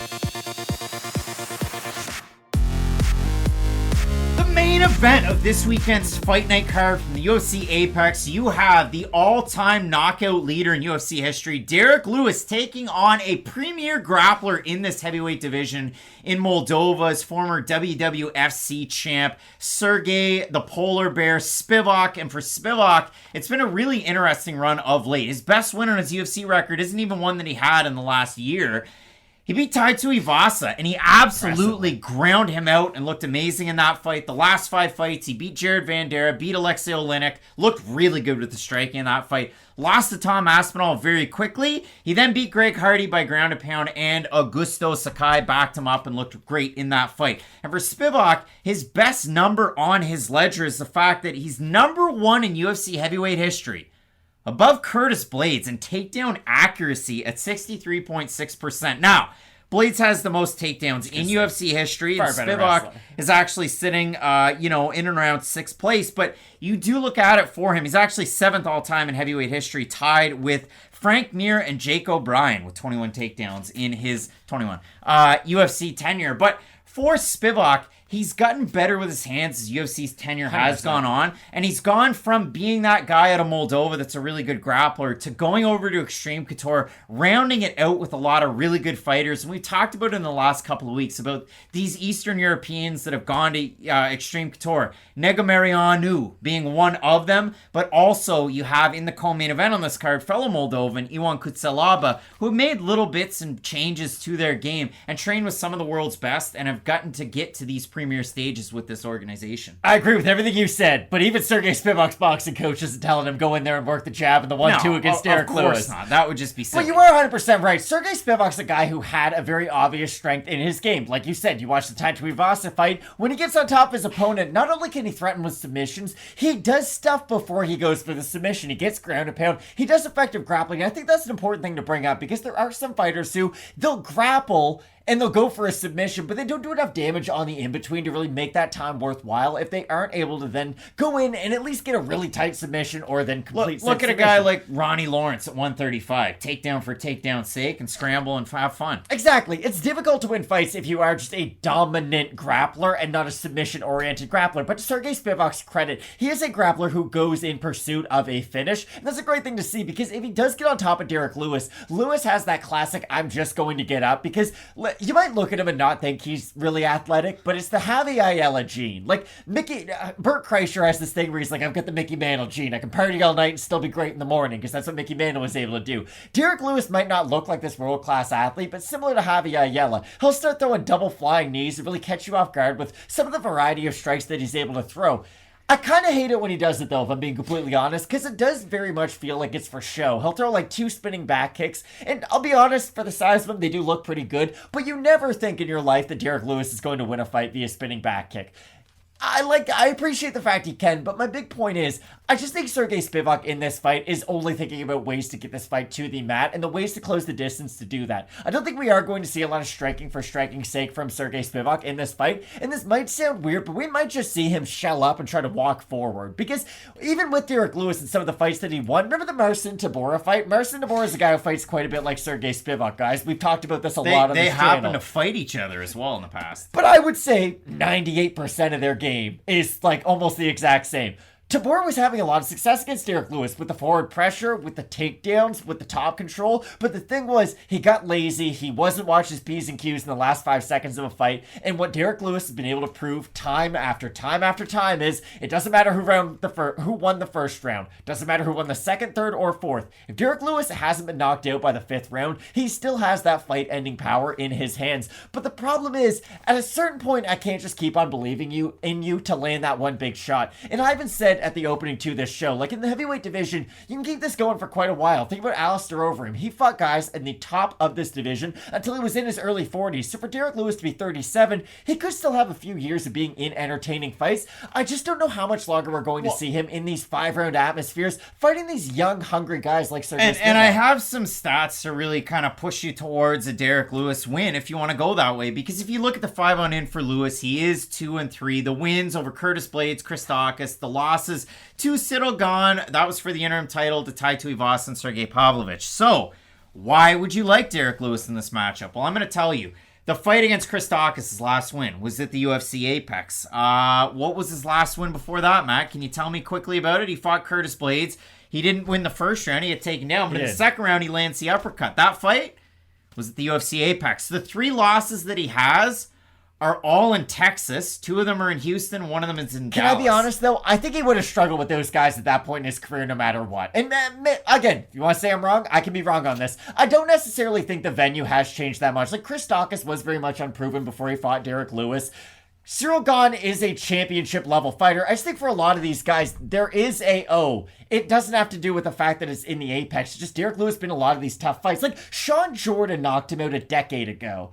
Derrick Lewis, again, in most of his fights, it's just like a roulette wheel. He wins by knockout, or he's going to lose a one-sided decision. And Sergey Spivak got knocked out in 50 seconds in his UFC debut against Walt Harris. And for Sergey Spivak, he hasn't had a 5-round fight in a meaningful period of time. And even 5-round fights that he was taking when he was the champ over at WWFC, that was back in 2018, first round finish. He was really getting it done quite quickly. So surely you would think that the cardio is going to be there. And in a 5-round fight between these two guys, of course, Derrick Lewis has more experience. He seems to headline at least a couple of fight night cards a year, if not a pay-per-view thrown in the mix as well. But for Spivak, it really is the effective grappling and how can he do it. And for Lewis, it's got to be not just the just get up mentality. It's got to be the just move forward. Because if you watch the fight that Spivak had against Aspinall, Aspinall closed the gap really quickly, hit Spivak. Spivak didn't really respond to those shots very well, and then he found himself on the mat finished. The only difference between those two guys is Tom Aspinall throws shots straight, whereas Derrick Lewis does loop his. So I do think Tom Aspinall's a more difficult fighter just to deal with the striking defense. Not that Derrick Lewis doesn't probably hit harder for one punch sake, but I do think with Lewis, yes, if you get hit, the consequences are more dire, but at least